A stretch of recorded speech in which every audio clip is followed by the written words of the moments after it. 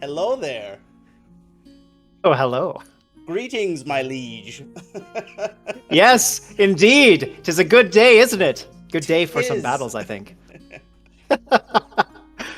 We have All right, well, fantastic players here today. we do. In fact, the finest. My men have gathered the best of the best, and this is for your viewing entertainment today. It is going to be a very good tournament indeed. Yes, indeed. I'm quite excited. Our first Right. game will be Maximus versus Copycat. They have played already, Yes. so we'll be watching a non-live game, and then after that we'll move over to the live ones. That's right. Yes. Yes. Alrighty. Are we ready to jump in, my liege? Shall we start away, I- kick off the first game right away?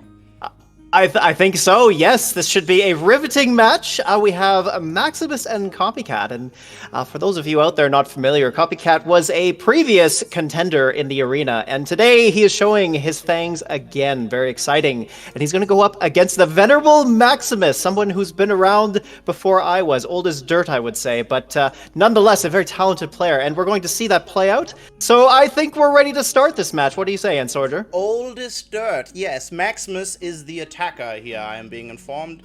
And oh wait, no, excuse me. It's Maximus versus Copycat. Not we're doing Copycat first. Not Ogu. That's correct. Yeah, Yes. we have two offline games, so we're just getting that sorted out. My liege, if you would like to do the countdown first game versus Maximus versus Copycat, we shall. Yes. All right. I shall do the countdown, the official countdown, and we shall commence the matches of today. All right. 3, 2, 1. Let's go. Establishing battlefield control. All right. Well, to begin here, this looks like a pretty great match. We have two pretty interesting decks. We've got Inferno from Copycat. He's going to heat things up. But then Maximus playing Chem and Scorpion Tank. I'm interested to see how this plays out. Does the Inferno one-shot the Chem Troopers? No, it doesn't. They survive with a slither, an ever so slither of HP, which does mean, you know, holding a pad at the end of the day. It's a very powerful thing to survive a shot from an Inferno. Interesting. Yeah, as the missile firing goes, that makes a lot of sense, actually. Perhaps the Inferno is not going to be able to clear it in time. But look at this. We got these cheeky wheels coming into the middle section of the map. Copycat trying to fight back with these lasers. And Maximus here going to make a tech switch of his own eventually. We see the Chem Warriors now coming out. The missile getting close to firing here. Copycat seeing the Chem Warriors with the vision of the lasers on the middle of the pad. Gets there with the Chem Buggy. But a bit of an awkward matchup as this Chem Buggy doesn't really clear them very well. But hold on a minute. Oh man, look at these wheels coming in and doing some damage. But the Chem Buggy actually doing some good vehicle damage. But now blocked off the pads. But wait! No, the Chem Troopers let them on! However, it doesn't matter. The Chem Warriors with just enough vehicle damage clear it out. And Maximus takes missile number 1. Wow. Oh, wait. Okay, there it is. Oh, that's that separation of Laser Troop and Chem Buggy. I saw it coming. Feels really bad, man. When you have the right units against the right counters on the right pads, that's when you just see the missile hadn't fired, but it was locked in stone right there. You knew how it was going to play out. Such a problem with Chem Warriors too, right? Like, they're so expensive that tech switch costs you so much, and then if it doesn't work out, you just kind of drop the missile after that. So that's sort of what we saw there from but actually no, it worked out for Maximus in the end. So it's just the Chem Buggy didn't work out too well. Yeah. But the thing is, I think Copycat should have tried to, even if it means, you know, taking some damage, you need to hold those pads there, because Maximus has to wait until he can afford Chem Troopers and Tank, which is a super expensive combo. And just getting map control with those two units, that's what's important there. Well, speaking of map control, look at this Inferno coming out. Copycat getting his win condition out. However, Maximus, with enough money in the bank, gets a Phantom out, and Copycat, not even going to defend it, loses it immediately. Oh, that is a huge loss for Copycat.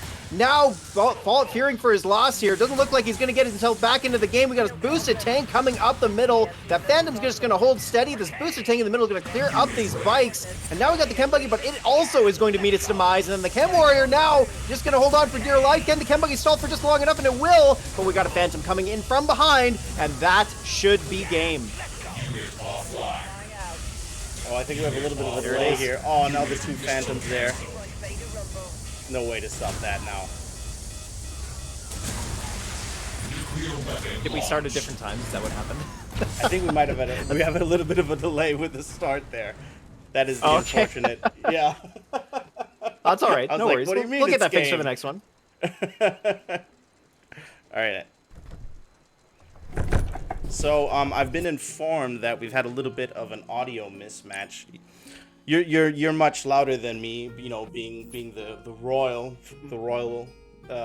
person that you are. But they have a problem with that? A commanding Excuse me? voice. So I'm Yeah. trying to fine tune that a little bit. Okay, I'm not pleased about this, but I guess I'll accept it if it pleases the people. Alrighty, I think we're better.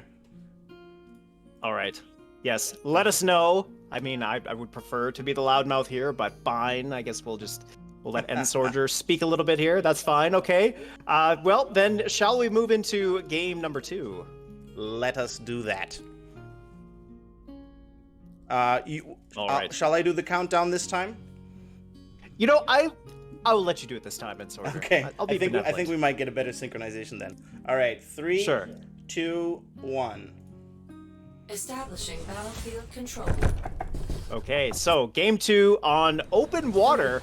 Well, okay, and Copycat here is switched over to GDI. He's going to play Shock Tank with Hammerhead instead of Talon. Talon being another popular choice in this deck. But then we see Maximus playing at, well, actually same deck. If it ain't broke, don't fix it, right? Yeah, exactly. That seems to be the case with a lot of these tournament games. It's one of his comfort decks, you know. It can handle a lot of things. That Chem Cloud with the tank backing it up. You know, maybe Giga would be a problem, but I think Maximus is someone who can pull it off.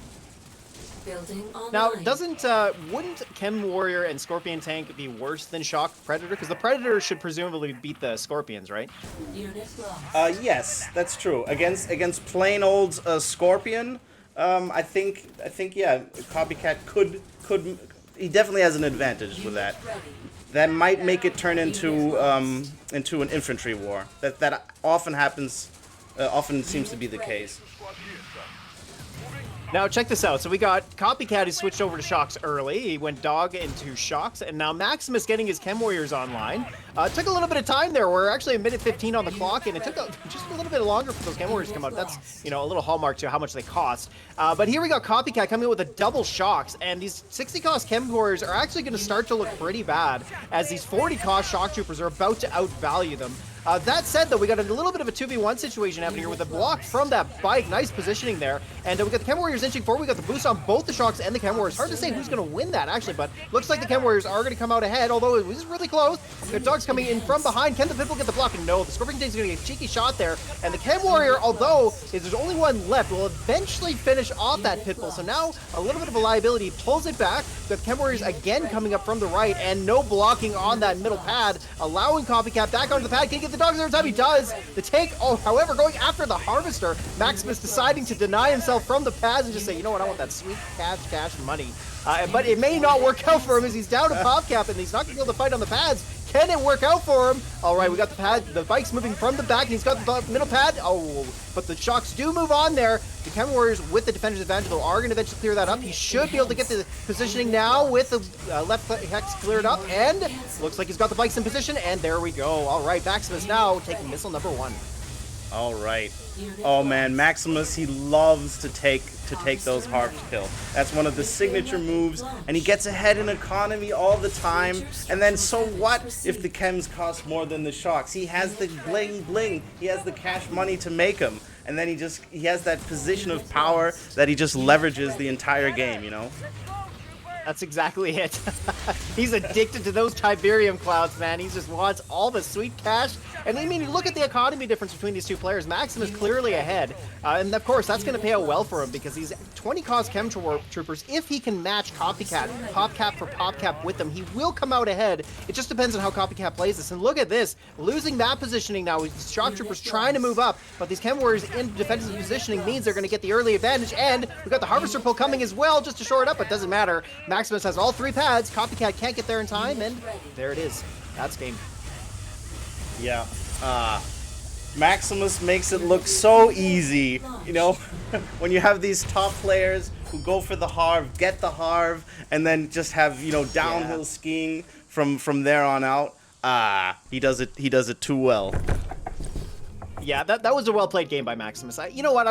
I feel bad for Copycat. Like, this is like the first tournament he's playing in a while, and he hasn't been playing Rivals a lot, presumably. But overall, I mean, you could see, like, he brought good decks. Like, you could tell that he has good game knowledge. Like, he understands what decks to play for the maps. Like, Shock Predator Tank was a good choice there for open water, especially seeing what Maximus was playing. I mean, it was, you know, it was a good choice. But yeah, Maximus was just able to execute a little bit better. And I think, you know, part of the problem too, right, was that there wasn't enough of a deck difference between them. That Copycat, even if he hasn't been as practiced, even if he hasn't, you know, been quite as good as he used to be, there just wasn't enough difference there for him to overcome that, you know. So I think perhaps the deck differences didn't help him out, but it was still a good choice nonetheless, you know. So yeah, I definitely think it's the way to go. If you want to beat Maximus and you think he's gonna play the same deck, you know, the Predator beats the tank and the Shocks beat the chems in value. It seems like a good matchup. Like the deck choice was well played, but execution is also a totally different ballpark, and especially when you get Harv kills, because, you know, the economy that you then lack and the economy that then he gains and being shut out of Tiberium, you know, it's more than just losing your Harv, it's also being shut out and all that extra time, that downtime that you have. totally, yeah, Okay, exactly. So let's go to our next game, which is Oguz Kagan. Are you ready, Jeffrey? Yeah, let me get the game up here, and then we'll do the ye old countdown, and we'll get into ye old game. Which one did you load up first? Was it the one on what's it called? Starting from the bottom. Yep. Okay. So Stonewall. Perfect. Yeah, that's what I got. Okay, Stonewall? I'm ready when you are. Okay, 3, 2, 1. Establishing battlefield control. All right, here we go. And okay, quite a variety of decks here. Maximus playing a GDI variant. Actually, maybe this is just his normal GDI deck, but check it out. He doesn't have anything like Predator Tank, so he's going to be relying on Jump Jets and Orca for that heavy anti-vehicle damage. But it's a bit of an odd deck with Strong Arm in there. And on Stonewall, I'm not so sure Strong Arm's a great choice. What do you make of this matchup here, Entsorger? Talon against the double Nod deck is pretty powerful. Talon Pitbull, and then maybe a dash of Shocks if Oguz has to play lasers. I think it's heavily favored for Maximus here. Yeah, I mean, like, Shade doesn't beat up the Pitbull because it doesn't one-shot it, so that's Exactly. a big problem.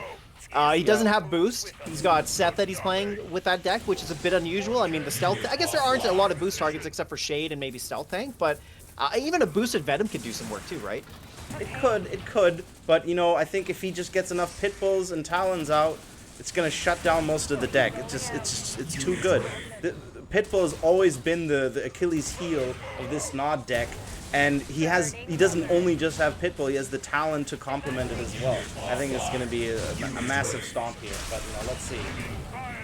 So the lasers take down the Pitbull, and we've got the flames on the far right. The turret comes down, but the Jump Jets try to make it there, but nice blocking with the bikes, occupying that hex where the Jump Jets were targeted to. Maximus not targeting them over the pads, gets him off the pad, and that gives Oguz the first missile. Really well done. Oh, Maximus trying to do his usual sneaky sneak, but that bike dance, you know, even if you spam a unit command across the pad like Maximus was doing, a dance like that where you occupy that hex, it will mess up your commands a little bit, and that little bit of stall was just what Oguz needed to get that missile. So Oguz really making a good good case for map control here. He's got the bikes, we've got the Venom, we got the lasers, but double Talon here, making a bit of mince work out of those lasers, taking him down very quickly. Oguz responding with double bike, and he's also still got that Venom here, not really going to be helping him out much, and Maximus also pop-capped on these Talons, now becoming a small bit of a liability, but that said, there is tons of time on this clock. This game dead. Yeah. Now we're coming to that point where the Pitbull power is ever increasing, and he's just stacking those Pitbulls and those Talons just like I said he would. Yeah, that's got to be the way to play this. I mean, Pitbull, I have to agree with you, it's got to be the way to go. So, yeah, here we go. He's double Pitbull coming out. He throws in some Shocks now, and then this is the perfect setup. He's reached his win condition pretty much. Well, speaking of that, we got that Seth Dropod coming down, but Ogas, being a master of the pads, takes them all at the last moment. Maximus with no time to respond, loses it, and that's going to be game number 1 for Ogas. Oh, wow. Oh, wow, yeah, okay. We have a little bit of delay here. Fast. Oh, do we? Yeah, I'm always a couple, like a good 10 seconds behind you. So we'll keep that in mind for the next game. But if you look at that, so, you know, completely not the way I predicted it, and Oguz played that so well. The entire fight on that last missile was happening on the other side of the map, and Bikes with the fastest movement speed, and Seth that can deploy anywhere, you know, he could just move back a little bit and then quickly get on the pads with Bikes, and that's exactly what he did. And, you know, he doesn't have to win the battle. He can just be quickly and just force the fight where he wants to have it. That was amazing. Very well played. Yeah.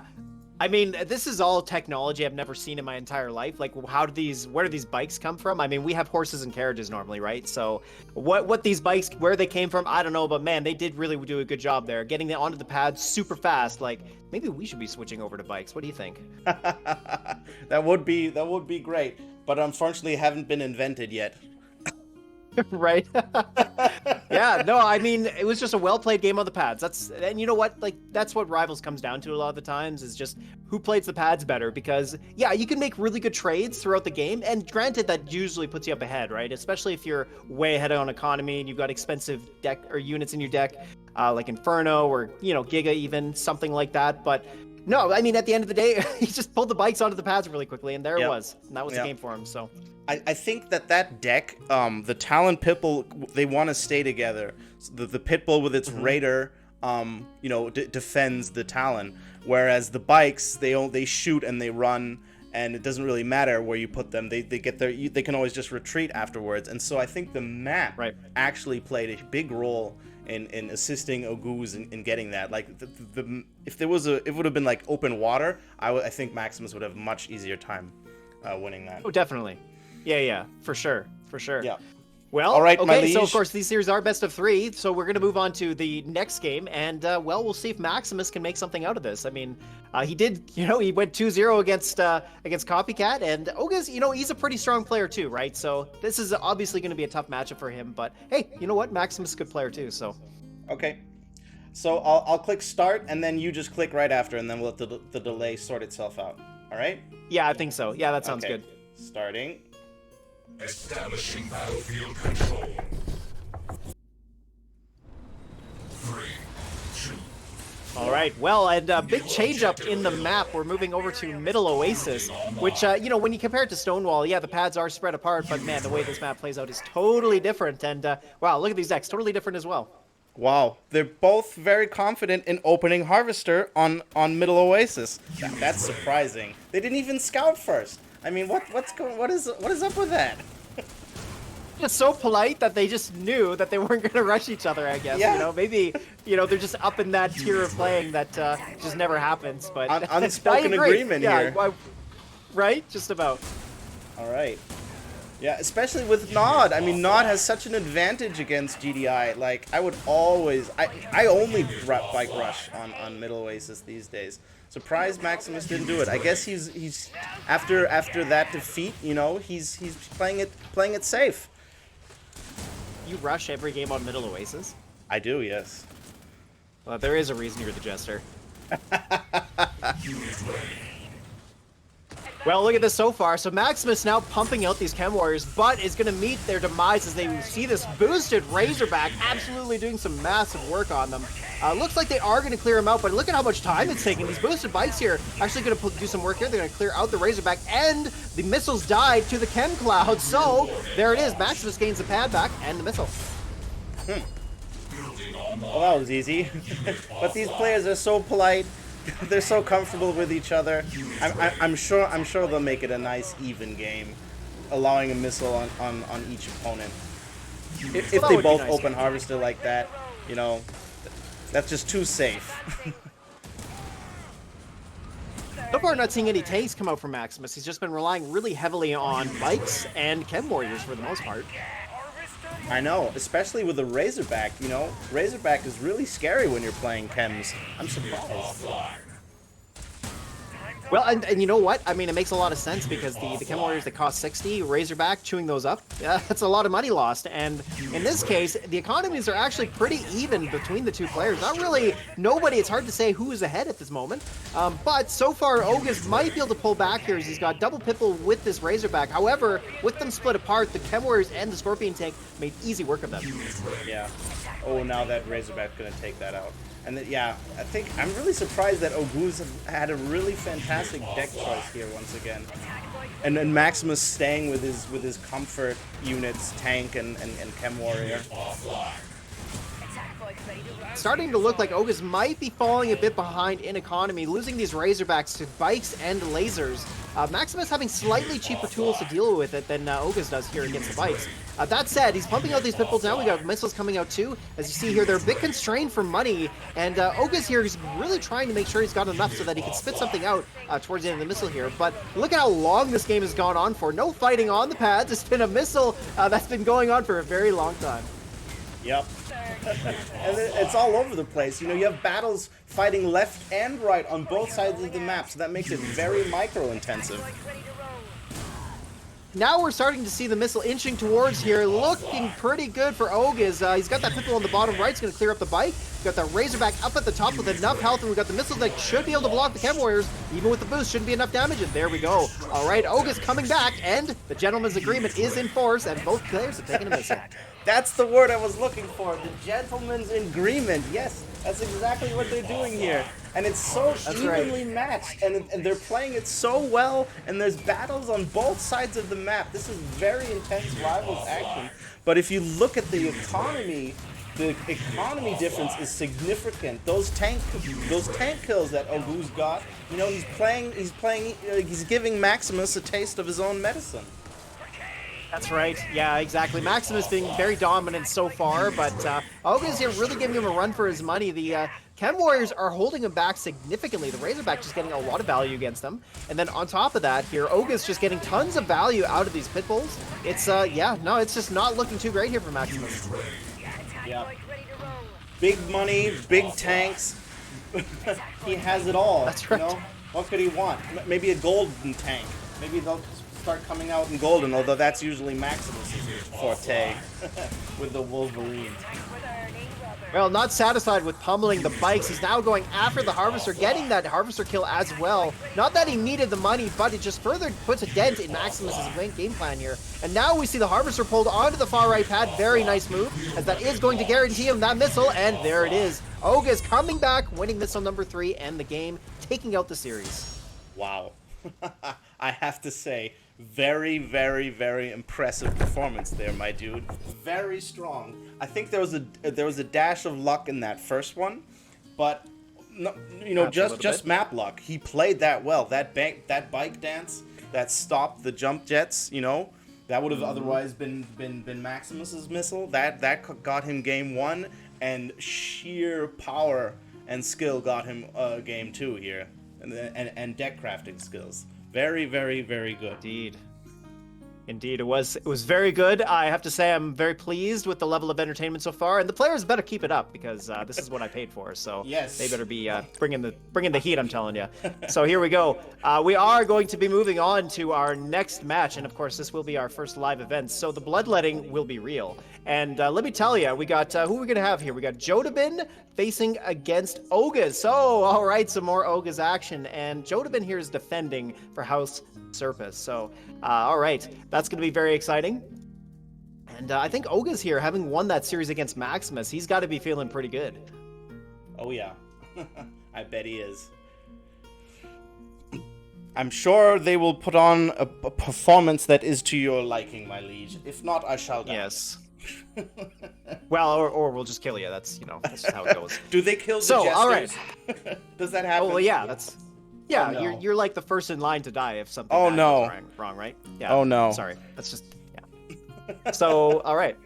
So then, well, this should be interesting. I mean, Ogus, yeah, like taking down Maximus is no easy feat. I think so. I gotta say, I'm watching out for him. He's gonna be an interesting guy to watch, and we're gonna be playing on Hold the Line for our first map. So pretty interesting overall. I mean, Hold the Line is a deceptive map. I think a lot of people think it's good for certain decks when it's actually really not. Like playing snipers on Hold the Line, I think is just a terrible idea personally.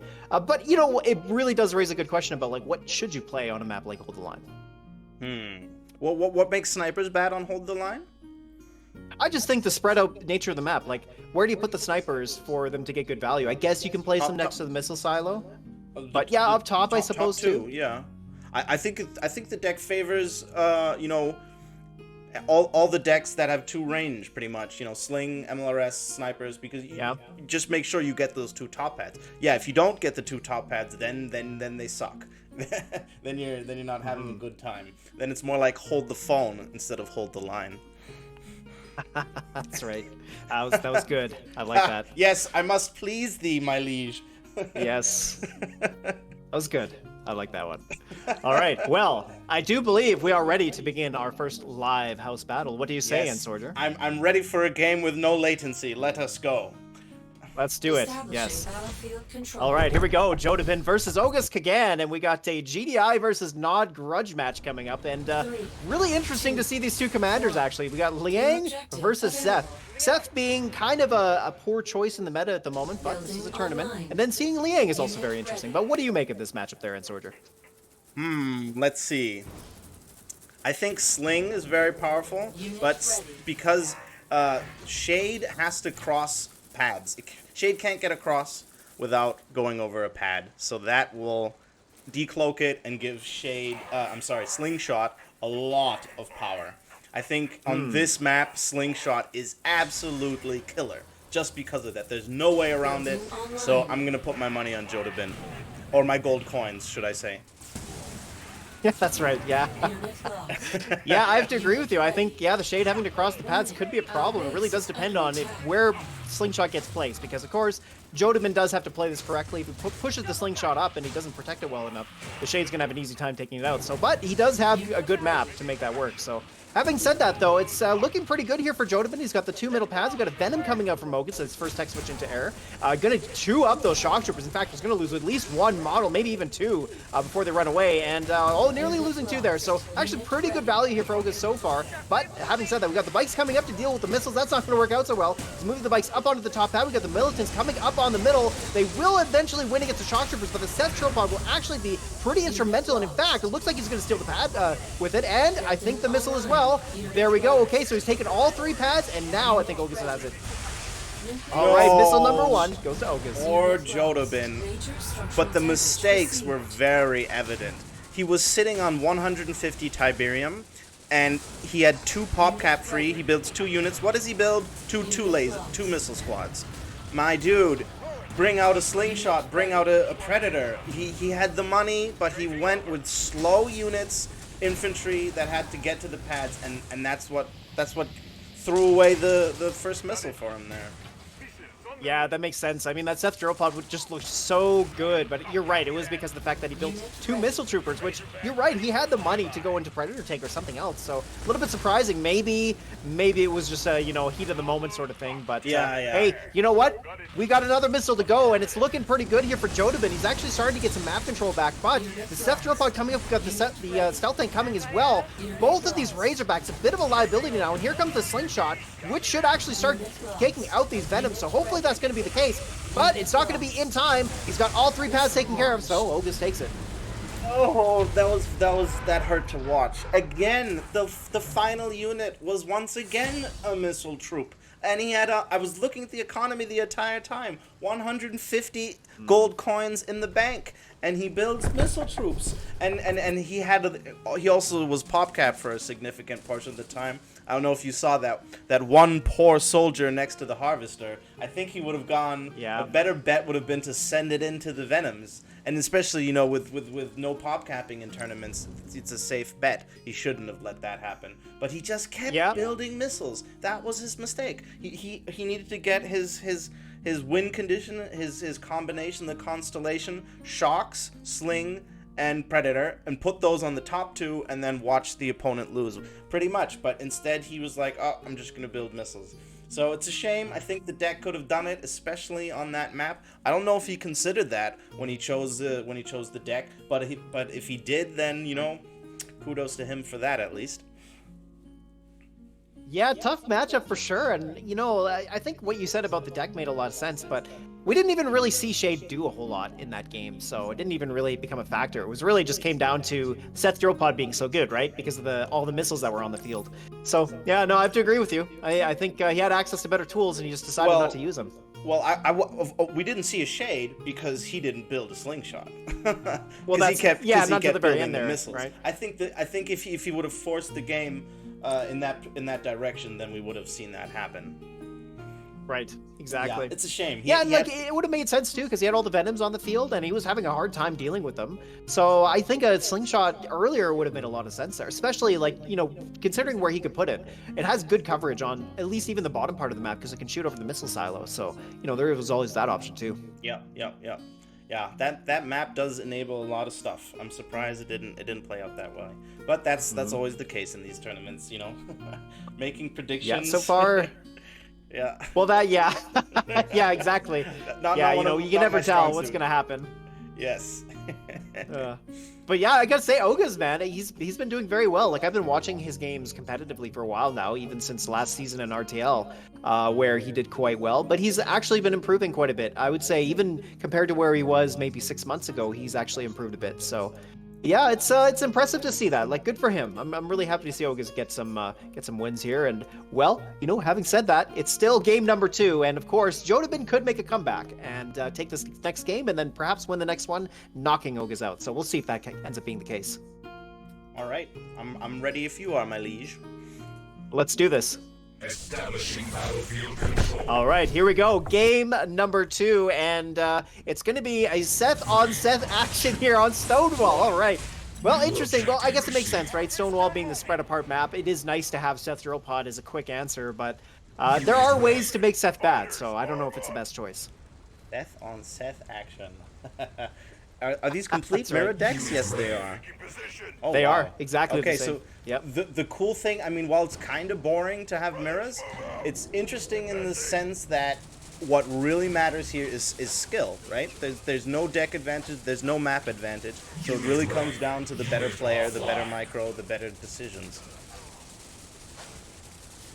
Absolutely, yeah. The thing is, it's going to partially come down to, like, it depends on Venom, I think, here, right? Because Venom is going to dictate either tac bikes or maybe even stealth tank towards the end of the game. So, I don't know. It depends on the way the game goes. If either player decides to go into their expensive stealth tank and Shade, then maybe someone gets ahead on economy. But I don't know.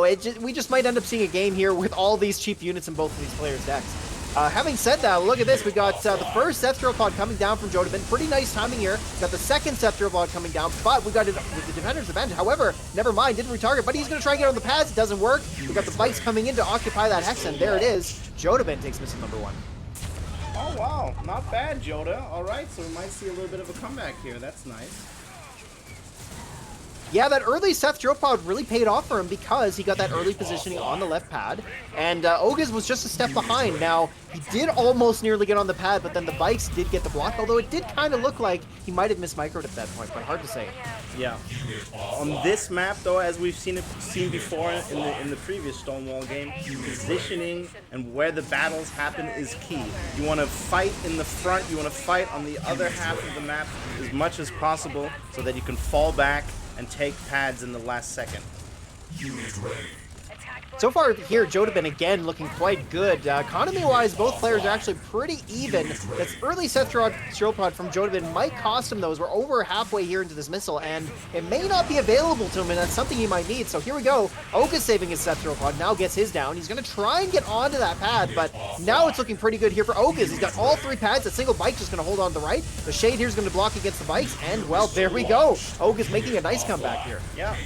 The fight was now happening more on this side of the map, and so Ogas could just put that one puny little bike on the, with your little leftover pop cap that's super weak. You send that to the back pad and survive on the other 2, and then you take the missile. That's pretty much how you play Stonewall, I think. Yep, Yeah, it makes a lot of sense. And, you know, like I say, I really love this map because it really reminds me of home, you know?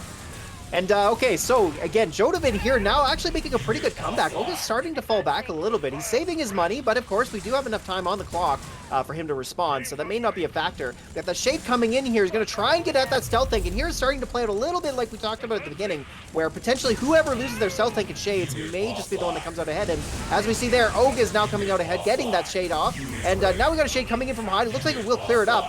Will that be enough? We got the lasers coming in from the bottom, Flames on the right, Venom on the top. And now I think Ogus has got it. Can he get on the pads in time? No, he cannot.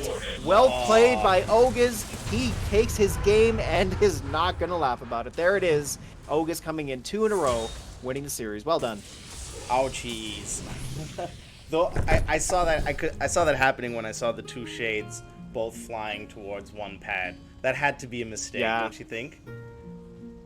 It seemed that way. Yeah. It did seem that way to me. I mean, maybe at first I thought, oh, he's doing it because he expects spike or something, and he wants to clear it 2 volleys, and then one's gonna go top and one's gonna stay there. But when I saw them both being on that one pad, that had to be a little bit of a miss micro there. That's a shame.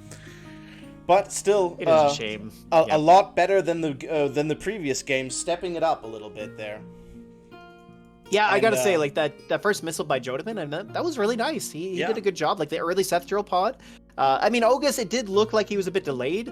It's almost like he kind of forgot about the timing, and that's one thing about Seth is you gotta time it pretty decently. Like, there's some time for the drill pod to come up and pop out, but in a mirror match, it actually really matters a lot, especially if that's your way to take a pad. So, because really, other than that, they had Militants and Venom to deal with those flames. So, actually, Seth's drill pod for both of those players was a pretty good tool. But yeah, Jodabin just couldn't make it happen in the end. It was kind of too bad, but it was definitely a good showing from him, for sure.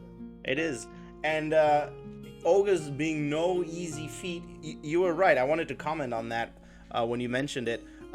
He has been getting a lot better, and I'm very surprised by the deck building skills that he's displayed so far here, you know, especially against Maximus.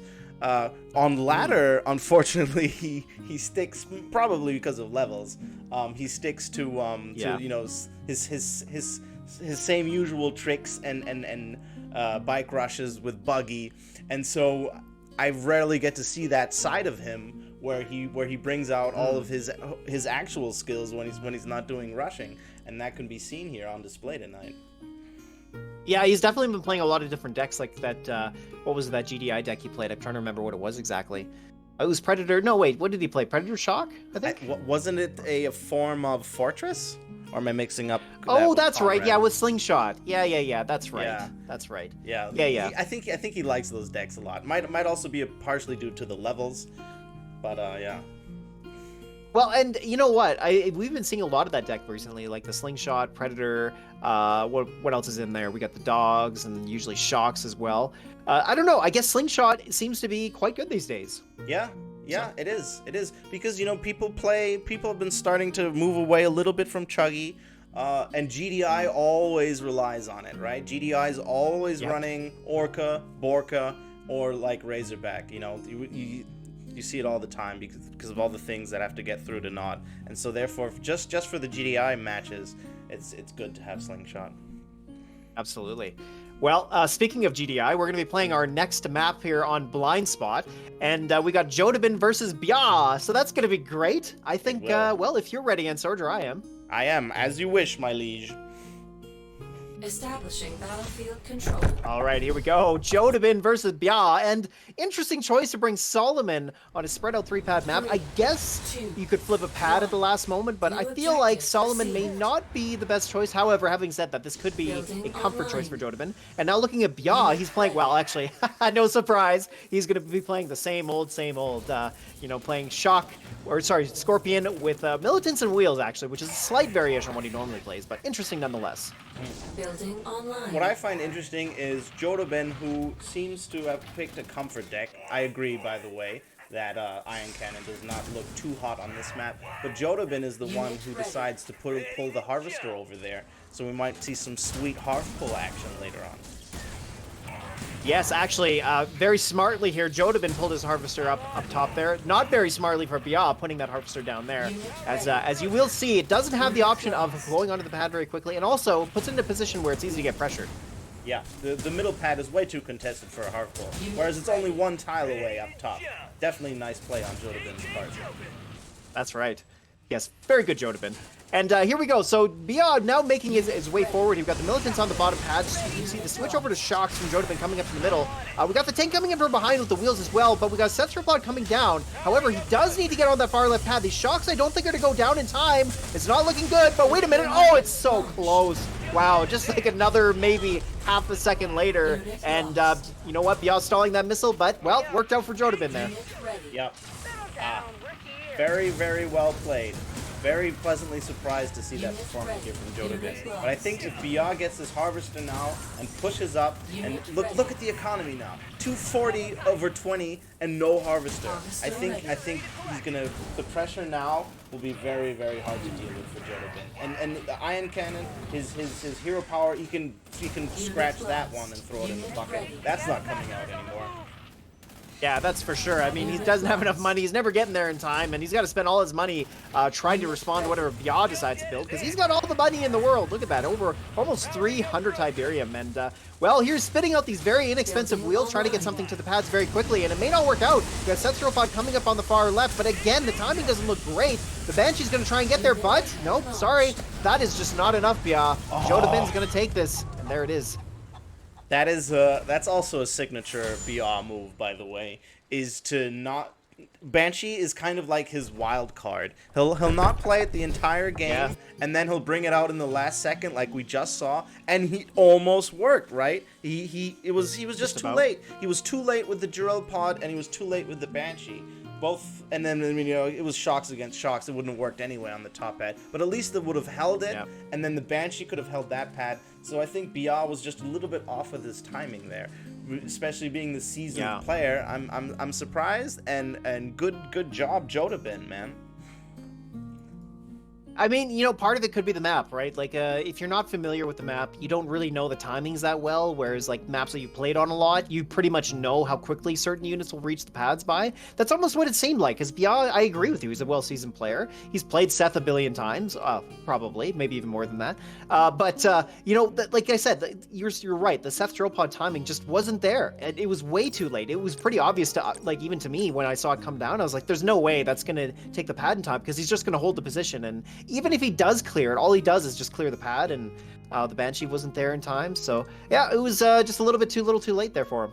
Yeah, I know, and especially, you know, it looked so bad for Jodabin. He lost the Harvard, he was broke, he had no commander power the entire game, you know, whereas Bia used it multiple times. Bia had so many advantages in that game.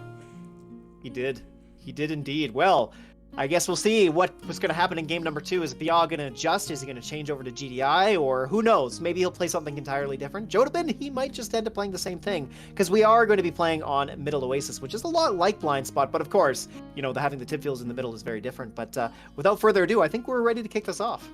At once, my liege. Yes, please. Establishing battlefield control. Okay, and here we go. Seth match again. Of course, though, Jodabin does have the winter outfit for Seth, so he does have a slight advantage in that regard. And here on Middle Oasis, that's going to count for something, because against the beach, it looks really sharp, so really going to watch out for that. But here we go. Look at this bike rush on bike rush. You love to see that. Yeah, here we have two players that don't have the gentleman's handshake like before. These guys play dirty. Yeah, that's right. Yeah, they don't care. Yeah, all holds are off here. And yeah, look at this. Jodabin really heavily investing into bikes, and it's not really clear what he's going to do after that. I think he's going to tech switch into lasers potentially, but Bia here loves his tanks, and no surprise to see him just immediately come out with the tank, not even going into bikes, but he does need to be careful against these slightly cheaper bikes. Yeah, I think, you know, tank and rifleman, much easier to handle than bikes and lasers. Bia is gonna really rip him up here. Yeah, so far looking like the case. I mean, he's already taken down one bike squad and not even lost a lot of health on that initial bike or on that tank there. And look at this, he's got enough to go and contest that second bike squad. So, but that doesn't really matter here. Of course, it all comes down to the pads. He's cleared the bikes on the top pad, but of course, this laser doing a dance for its life. And look at that. Jodabin just taking the pads at the last moment there, really just playing them very well, takes that first missile. Yeah. I'm surprised BR hasn't made any riflemen yet. That's what he needs. It's not that expensive, 40 to get out your first rifleman. But if he doesn't, it's the whole tank power that he holds in his hands is worthless without the rifleman, because if his only anti-infantry is wheels, Jodabin can just make lasers. And it doesn't matter that he has the bike weakness versus the tank. The only way for BR to really flex his deck is to have this combination, and now it's happening, and now the tank can reign supreme. Well, speaking of that, we see that actually it does manage to live there with a sliver of health, taking out the bike before it fired. But there we go. Finally, that single bike does manage to clear it out. That tank really just lasting forever. Now Bial coming out with a second tank. He's got those militants now, as you mentioned, coming out to deal with the lasers on the middle pad there at the top. But we got Venom coming in from Jodabin, and his Venom could be a slight problem as we are coming towards the first, or start towards the second missile. But that said, Bial's got all three pads and knows how to play this map very well. And here it is. Missile number 2 goes to Bial. Yeah. Now that he has those riflemen out, now it's unfolding the way it should. Now the real power, the true power of the BR side.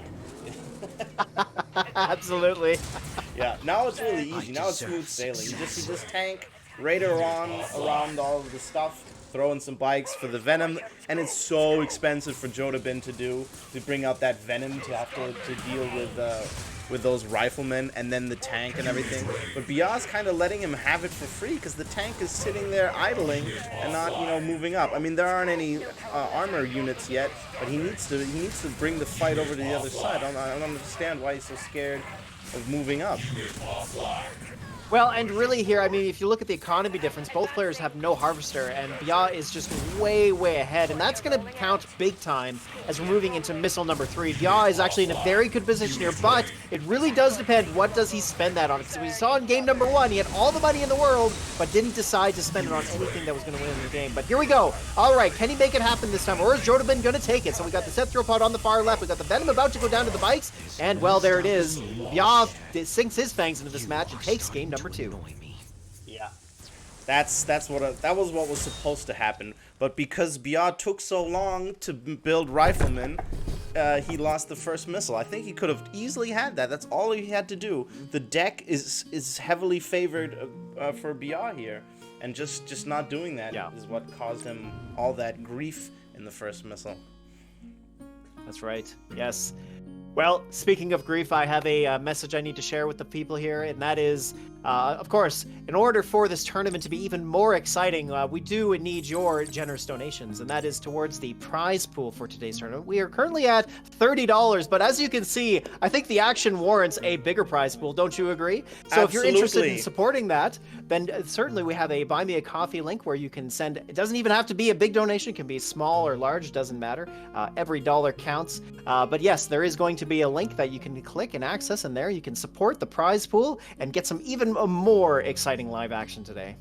The king must tax the people. It is how it is done. That's right. Yes. Yeah, it all has to come to me, actually. That's really how this is going to work. Well, okay, I'm probably not supposed to say that, but, well, that's just the way this works. All right, so, are we going to move into game number 3? Through the king's mercy, we shall have vanity. Yes, so indeed. Yes, we're going to have some vanity prizes for the vanity representation. That's right. Yes, it's expensive. Doing this. It is expensive. Work. I have to push keys on a keyboard and think and use this newfangled technology that I've never used before. It's challenging. Okay. So, we shall now open our first viewer vanity. So you can type raffle. There we go. There will be you have 10 minutes to type raffle. After that, we will select a viewer, and your donations will go towards more tournaments and more raffles and more vanity and more glory for Lord Joffrey. Sorry, Jeffrey. That's right. You can. I'll be Joffrey. I know who it is. The Joffrey from Game of Thrones is too evil. He's pretty nasty. Yeah. pretty nasty. He's just straight up nasty. Yeah. Yeah, he's a funny guy. Yeah, actually, you know what's really funny is that at work, some people called me Joffrey, and somebody was like, "Hey, isn't that kind of like an insult?" I'm like, I had no idea what it meant at the time because I haven't watched Game of Thrones, at least not in a really? while. Not in a while. I've watched a bit of it, but that's like a series I need to sit down and actually watch, especially after today. You know, be very up the theme. So, but yeah, I was like, what does that mean? And I remember somebody showed me a picture of it. I'm like, oh man, he looks like what he sounds like. I was tempted to write your name as Joffrey, but then I thought, that might be too much. Oh, good stuff. Good stuff. Well, you are the Jester after all, so that, you're I fulfilling am. your role quite nicely. I take the fall Okay. for everything. So, I think we're ready to move into our next game here with Jodabin and Beyond. We're going to be on Fertile Basin, so pretty exciting. We're going to our first Game 3, so gotta love to see that. All right. If it pleases you, my lord, we may continue. Yes, indeed. Establishing battlefield control. Okay. All right, we got Bia again here, but he switched over to Oksana, dropping Seth, which is kind of interesting because this is another map where we have the pads spread apart. So you might think that running Seth would be a good idea, and that's what Jodabin is clearly doing. But no, Bia's actually changed things up here, and he's going to switch over to his Flamer tank deck. Flamer tank deck. Does he play it with wheels though? I thought he played it with riflemen. No, he plays it with wheels. Okay, so that's standard BR. No, and does he play it with boost? He plays it with Seth. Are you sure? Well, that might be the difference, yes. In fact, Yeah. that might be the slight change up here that we're seeing from Bia, which for Bia is a monumental change. So it's almost like he completely changed factions. So quite exciting. is. And You're but right. you know, it's a good choice, right? Because I do think the boost is just a better choice overall than Seth. So I like to see that from Bia. I think Oksana makes a ton of sense, especially here on this map where you do want to get your units onto the pads really quickly, especially to clear a pad. It just, yeah, I just think Oksana is better overall. I don't know. I would have, if in Bia's seat, I would probably go for Seth. Just because this is such a spread apart map and there's lots of places. Oh look, you can even use it as a blocker like that. Oh, look at this. The Seth drill pod not really there in time. Jodabin meets those flame troopers from Bia, getting that early positioning there again. Very, very useful. And these lasers are going to try and get on the pad, but no, the flames and that lone wheel, actually that lone wheel really stopping those lasers from getting there, gives Bia missile number 1. Jodabin could have gotten on the pad there and at the top middle. There was a little bit of It did look that way, yeah. Yeah, a little delay when the wheel died and Bia didn't react proactively to move the tank up front. There was a window that he missed. That's a shame. It was very close, yeah. I mean, clearly Bia here just had good positioning with those early flames, but you're right. It did seem like Jodabin could have pushed for that pad a bit sooner. Yeah, I think mistakes like that are never expected, and then so the player's already thinking about their next move and already somewhere else in their mind. Right. Yeah, absolutely. Yeah, I mean, look at how many decisions are being made in this game just alone. I mean, you know, it's a very, very intense game, and, you know, that's what you got to expect when you get players like these two together. So, wow, look at this. All right, another Seth drill pod coming up here from Jodabin. He's going to get onto the pad now, but we got the wheels coming in from behind. Is it going to be enough? This Venom is just going to hold the pad. Can the Flames block the bike? But look at that. The Scorpion sniped that bike out of left field, and there it is. Bia takes missile number 2, game number 3 in the series. Well done. Yeah. Ouchies. I think the all of those Seths, the 2 drill pods, and they didn't really work. drill pod into a defending flamer, you know, isn't a good time to begin with, and because Bia had so many flamers all the time and there was so much infantry, Seth couldn't flex, and I think Jodabin should have played air. There were no banshees. He should have just played air, I think. Yeah, you're right. Like, there was all ground. On a map like Fertile Basin, where you got those rocks that are creating those choke points, I mean, it makes a lot of sense, I think, to run. Even, like, jump jets might have been a good tool to bring. Just something that, yeah, just could fly would have made a lot of sense. Yeah. And then all the time, you expect a sneaky Seth, but if there's defending flamers on all the pads, then Seth is like almost useless. Yeah, you can use it somewhere for extra pop cap, but he only deployed it against defending flamers, and instead of like trying to get a 2v1 on one pad, and so it's very expensive, you know, weak attacking unit in that case, and then it just didn't play out. It does demonstrate a little bit about why Seth isn't good anymore, and that is the fact that flames and shocks are just so prevalent right now that, yeah, all BA had to do was plant defending flames onto that pad, and then all of a sudden that drill pod couldn't do anything. Yeah. I mean, it was really good in that match against, I think it was actually, I think it was Jodabin, where he built a whole bunch of missiles, or am I thinking of the wrong person? Yeah. Yeah. But yeah, like, you know, those examples, yeah, for sure it's good, but today's meta, that doesn't typically happen, right? So yeah, it just kind of shows off why Seth really isn't that great, even though on a map like that, where you would actually want to bring something like Seth, these days, it's just the way the meta plays out doesn't seem to be that great anymore. Yeah. That's a very interesting point, Joffrey. The fact that there's so many shocks makes Seth worse. Very true. I never thought about it like that. Yeah, if there wouldn't have been so much infantry on all the pads, then the Seth would have had an easier time getting on. Yes, yeah, that's exactly it. Or at least not dying, but you know, We are being you have the followed. straight up counter to Seth already sitting there. Yeah, if that would have just been bikes or just anything else, but yeah, crazy. Very cool. So now Bia, insight. having been victorious over Jodabin, now is going to go on the offensive, and they're going to be attacking the House of Sourpuss, and they're going to be going up against Victor Bansamer.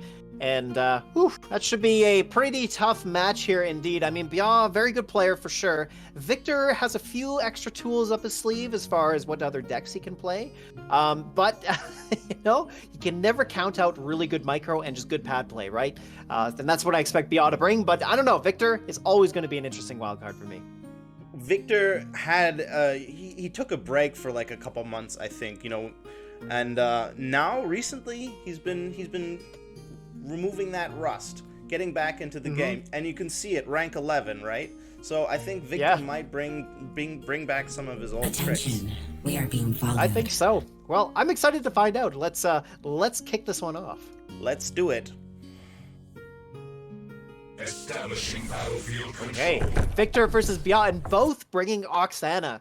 I'm sure very different decks though. Let's have a look. Attention, we are being followed. New mission All received. right. Ooh, it's Giga. Wow, Giga on Canal Row. I know. What do you make of that? Wow. King and know. Jester sends only respect. I love. Thank you, Sin1, for the cheer. I love the fact that it's Canal Row, but because the Giga has to inch its way above the pads like that, and you can have if that point, if there's like a choke point or there's pressure, the Giga might have trouble getting on there because it doesn't, it wants to sit in its spot and charge up, and then when it comes out of the base, it won't be charged up. Meanwhile, the opponent is holding the pads. So I think it's actually not that good of a Giga map, but because it's only played in lower leagues, you never see it in Tiberium League, you never see it in Masters League. It's hard to say because I don't ever play this map outside of tournaments. So now Victor's switching over to the War Factory, spits out the bikes, and of course he's going to try and deal with the oncoming bites. It's looking so far like Bia's got the early advantage though. I mean, we are only halfway on the timer here for the missile, and it's about a minute on the clock, so lots of time has passed and the missile hasn't really come close to firing yet. So lots of time for both players to really respond here, and Victor's so far not going to go into Giga at all.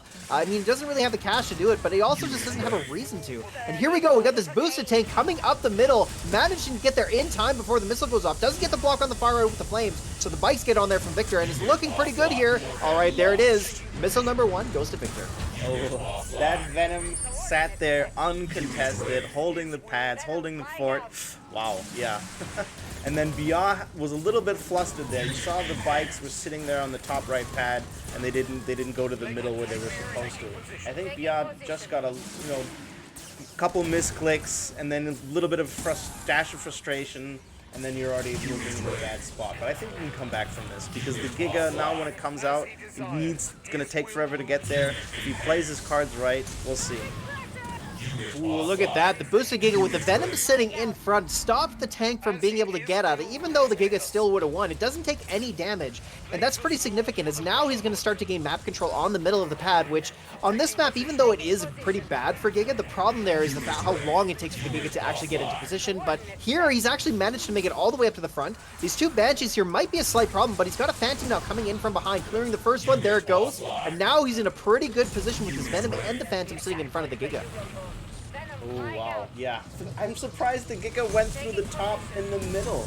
Look at that. And then the Phantom to defend it in time. And Bia had that one flamer left over. Oh. Ooh, so that Phantom takes a shot from the bikes. Of course, he does want to make sure this Phantom stays alive, as he needs to clear up those Banshees. A couple of Banshees from Bia could be a problem, but doesn't look like that's going to be any issue, as that Flame Trooper gets absolutely melted. And now we got the Phantom occupying the far right hex, and there it is. Game number 1 goes to Victor. Huh, it worked out. And Victor here sitting on 320 Tiberium at the end of that match. And the Giga did make it. It did get into position. It all happened. I'm surprised.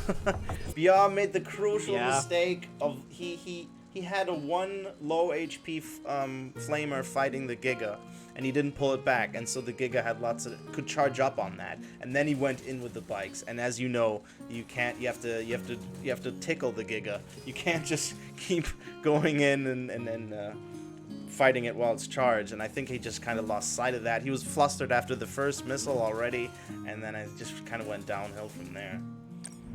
It just looked to be like it was a lack of experience on the map. That's really what it strongly spoke of to me. When I think what it is, like when I see somebody who doesn't play the pads well on a map, that just tells me that they haven't played it much, and that's really what it came down to. Yeah. That first missile was all about the pads. It didn't really matter what happened because there's so much time on the clock that both players get all the units they want out. Really, like, and obviously there was some value trades going on there where Victor came out on top, but still, at the end there, it just came down to really who played the pads better in the first missile, and then that actually gave Victor so much map control that he was able to get a Giga out to the middle of the map and get into a secure spot and also win the game with it. So a little disappointed from Bia there, I must say. You were starting to win by favor there in that first series, and now having dropped this game against Victor, I'm a little disappointed, I must say. So hopefully we're going to see a better performance from him here in game 2. At least I expect that, or well, you'll know what's going to happen. Yeah. That just goes to show that these maps, it's just so unfortunate that these maps are so seldomly played outside of their respective leagues, because the players just really don't have the experience on them, and that can make all the difference in the world. Anyway, timing is everything. We have our first vanity. The bot has chosen a winner, and it will now speak up. Aha! It is Sky! Well done, my dude. Congratulations, Sky. Alrighty. I'll have you know that money came directly out of the people's tax, so you can thank them for it. He did. It did. Correct. Alright, let me join the next match. So who do we have here?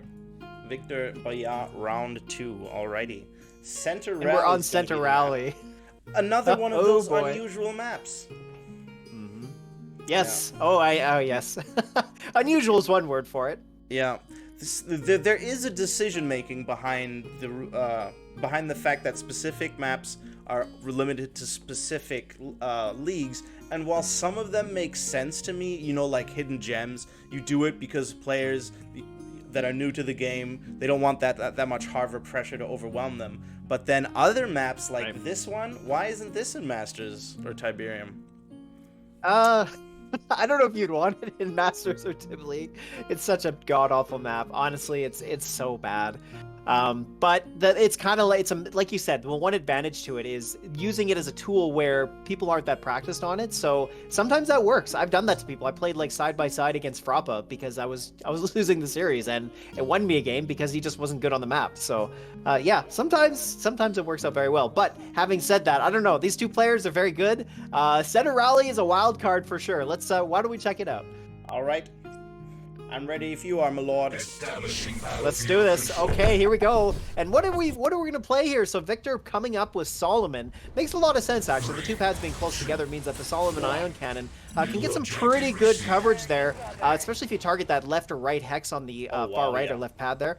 And he's also got some good 2-range units. We've got the snipers in there. 2-range units on a map like this where the pads are so close together makes a lot of sense. But look at this. Via coming in with the bike rush, and he's going to pull it off. Of course, Victor does have dogs. He opened up War Factory, which is a big problem against a rush like this. But, of course, doesn't mean that the rush is going to be the reason why Via comes out on top, but it is going to pull off here. Yep, there we go. So now Via has a minor advantage. Oh, never mind. He doesn't build a Harv. He's going to keep up the pressure. That is an interesting but very risky choice, because if this doesn't play out for him now, and he doesn't have the Harvester, and he's going to have to build it, and he's going to be way behind if this doesn't play out for him. Very risky move, especially now with all these missiles coming out. All I keep thinking is, why does this game not have horse and buggy? Like, I really think it needs some horse and buggy, don't you? I just feel like it would help a lot, but I mean, look at this. We got double tank here from Bia, and that could be a huge overcommitment as he doesn't have enough money to switch into something else. He has no harvester, so likely what's going to happen here, it looks like he's going to take missile number 1. We got Victor trying to come up ahead here. Double missile here doing a lot of damage to that tank, actually. Of course, he does need to protect that investment because he spent so much money into that, and that's all he's got left. Is it going to be enough? And it is. Just dancing on the edge of that pad allows him to occupy it, and that just gives him missile number 1. Very well played by Bia there, but the sniper missile combo means that he can't penetrate through with his tanks and his riflemen. And he's still opting to not go for a harvester here, which I think is a huge mistake. You know, now is the time to lick your wounds and realize, what have I done, and ponder your life decisions. But okay, now he's doing it. It's about time. I think Bia realizes that long term he's not going to be able to hold against riflemen, lasers and snipers. Well, how does he ever beat Wheel Orca? Or, sorry, not Wheel, or like Sniper Orca? Because he doesn't really have anything that's going to contest that. So, without a harvester, and granted, he likely will lose this missile here. It's very likely because, obviously, Victor's been way ahead here. But after that, he does have missile number 1, so we can make a comeback in missile number 2. But you never know. It's looking actually pretty decent here. Yeah. He's got that Citro build coming down. It's going to chew up those missiles, but an Ion Cannon, he's going to be able to dodge it for the most part, get the militants back on the path. So, it's not going to actually gain him a lot of value. But that said, he did clear off that hex, so allow the Pitbull back onto the pad. And now he just needs to make sure he holds the left pad, or the right pad, and he should get back into the game here. Looking like that's going to be the case. We've got the lasers tickling down that Predator, and then here comes the Scorpion. Oh, and there we go. The Pitbull just lives just long enough to hold on, and Victor comes back with missile number 2. Yeah. Now there's a ton of leftover snipers, lots of little Popcat, meaning Victor can't immediately build stuff, so Bia can now pressure the Harv. The Orca's reloading is going to put on all of his stuff on the Harv.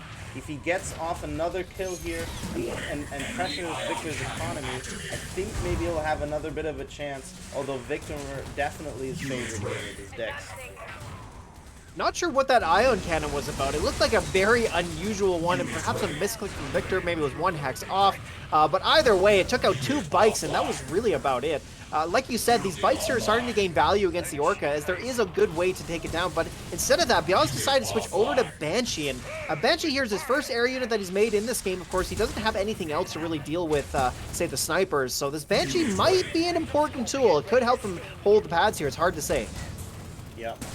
Oh no, Victor needs snipers here. These flamers are absolutely wrecking havoc. The fact that Bia can dominate the infantry, that means the tanks can roam free, because without them, Victor just makes missiles which clear everything. He has to get rid of these flamers, and then he gets back in win condition here. But he doesn't seem to be doing it. You're absolutely right. These flame troopers have been doing a lot of work. They are slowly going down. The dogs are going to finally clear them out. And these Banshees here just doing a good job of actually pushing the Orcas back just a little bit, but they're not really clearing them very quickly. These Orcas are still more or less getting all of their volleys off here as this tank is now going down. We're very close to the missile here, but look at this. If he can dance with those lasers, that Banshee should hold on long enough, and there it is. Bia makes a comeback. Well done, and wins the game. Wow, wow, wow, wow, wow. That was nothing short of impressive. I'm sure it pleases His Excellence. That was most masterfully pulled off, in fact. that was- I wasn't sure about the no harvester there, but I wasn't sure about any of it. The deck was bad. The the rush was mediocre. But Well, I wouldn't say followed it up. mediocre.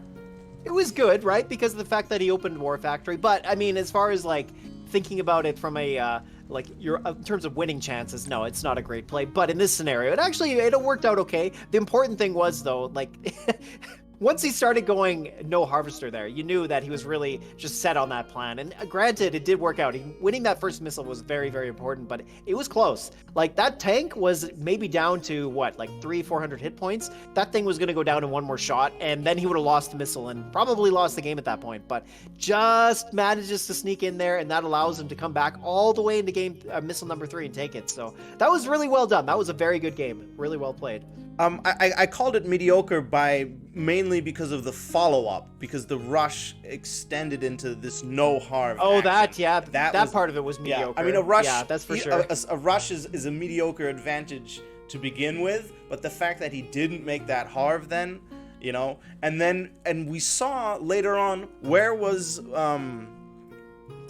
Victor his strongest, when he had snipers and missiles out, right? You could see how hard it was for Biot to crack, but he eventually did crack it slowly but surely. I'm sorry I called you Shirley. And with the flamers on the back, and then you saw they were all little there leftover units, one man squads, and then when he was weakened, and then Biot managed to push in and then bring out the Banshee, and then some fancy micro, and then just well played, just really perfect execution, dodging the iron cannons. Yeah, risky, absolute risky moves, but Biot just played that so well. He did play well, yeah. Like, you know, a lot of people dog him for the fact that he plays the same thing over and over again. And you know what? Somebody said to me recently that they think that it's better to be really good with one deck than to be just, like, decent with a bunch of them. Yes. And I have to agree with that. I think in terms of winning games, there's just, like, because of how dynamic Rivals is, it's not as simple as you take two decks, you put them up against each other, and you're going to know the outcome most of the time. Like, in a game like Magic the Gathering, right, there's...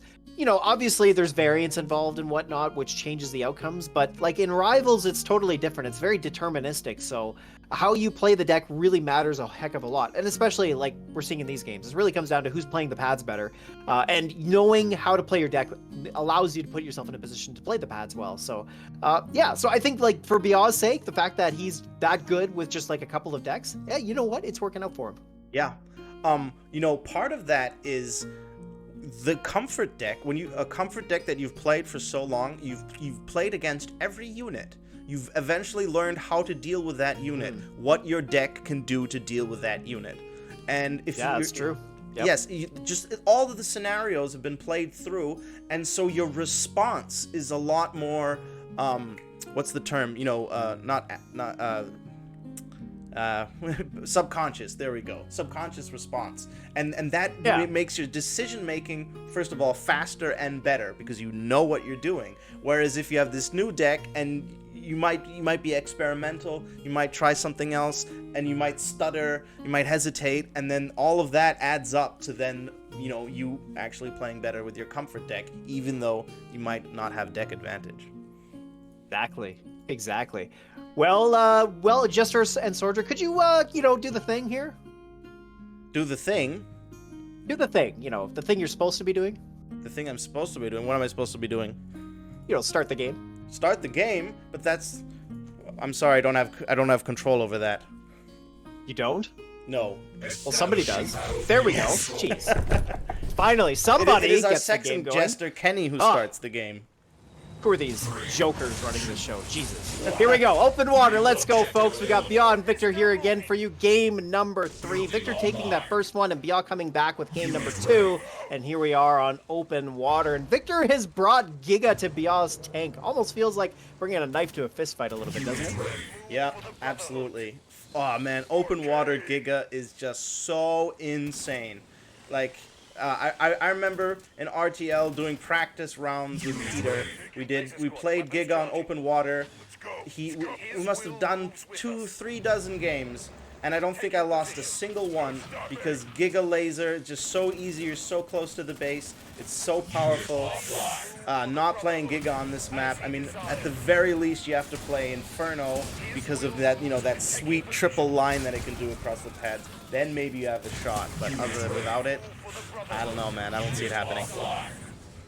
The Victor here, he looks like he's saving up his shekels. He's decided to just go into lasers here, opting to save up for that Giga, but he's decided to tech switch into Venom. Very interesting, anticipating those flamers, and there they are. This Venom here is now going to be quite a great tool, especially as we're coming towards the end of the missile here, as it will be able to hold a pad against all these ground-based units. Oh yeah, I'm surprised we haven't seen a Giga yet. Usually you can just bring Giga, fight down on those flamers with the Giga too. It usually works. Oh, and that first Venom goes down. We got the Harvester pull, trying to get the block against the bikes, and does manage just to get there in time. Harvester confirmed best unit in the game. And here we got that Venom doing some good damage against these flames in the middle pad. We got the lasers coming up on the top as well. Now he just needs to spin over that Venom to the far right, and he should be able to take this, but the Scorpion tank does just manage to get there. He's going to move the Venom up, and it looks pretty good here. Hold on, the missile going back and forth. Can he take it? Whoa! Holy cow! Wow, that was crazy. I don't even really know what happened there, but it looks like Victor trying to mix his units up a little bit. Biard just happened to get on the pads there, and actually a big problem with the fact that Venom just couldn't block anything. Yeah. I think this is a little bit of a... I don't know how much Giga Victor plays. It feels like a rookie mistake here, that when you see the flamers, you have an impulse to build Venom, but actually you should just build a Giga.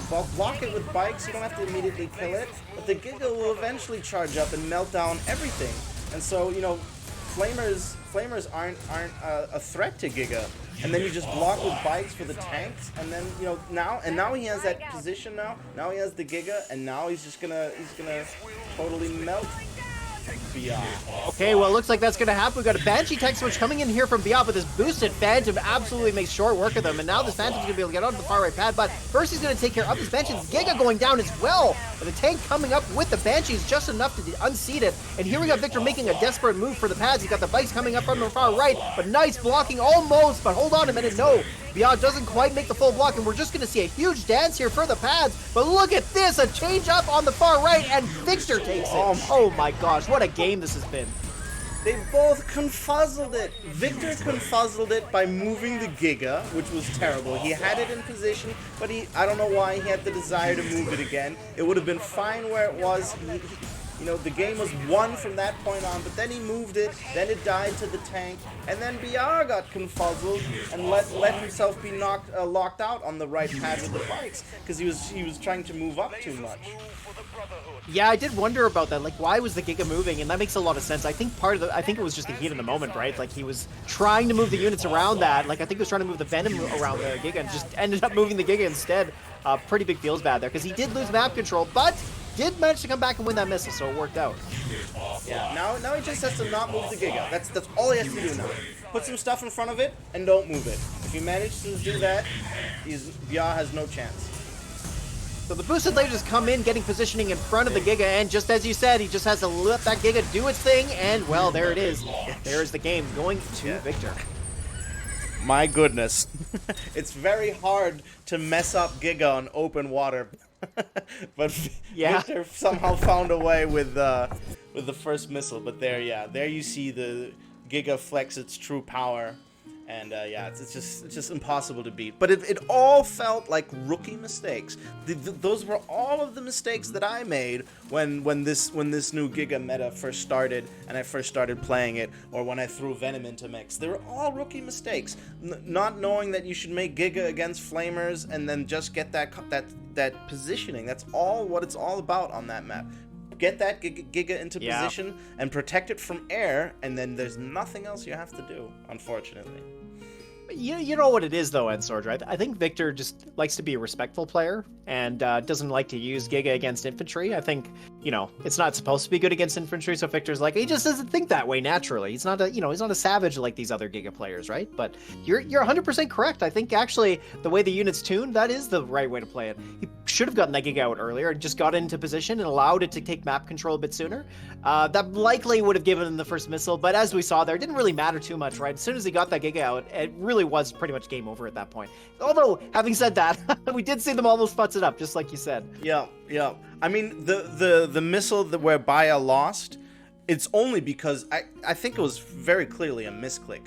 It was only because he went off the rear pad, the one all the way to the right with the bikes. He was trying to move them all and be very offensive with all 3 bikes, and I think he just kind of misclicked. And then when he got off that pad, Victor didn't let him back on, and then so he could have punished him for it, and then he would have had a very nice win on that map.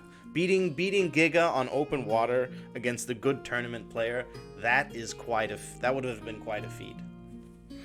Yeah, it would have been, wouldn't it? Yeah. That's probably why it didn't happen, though.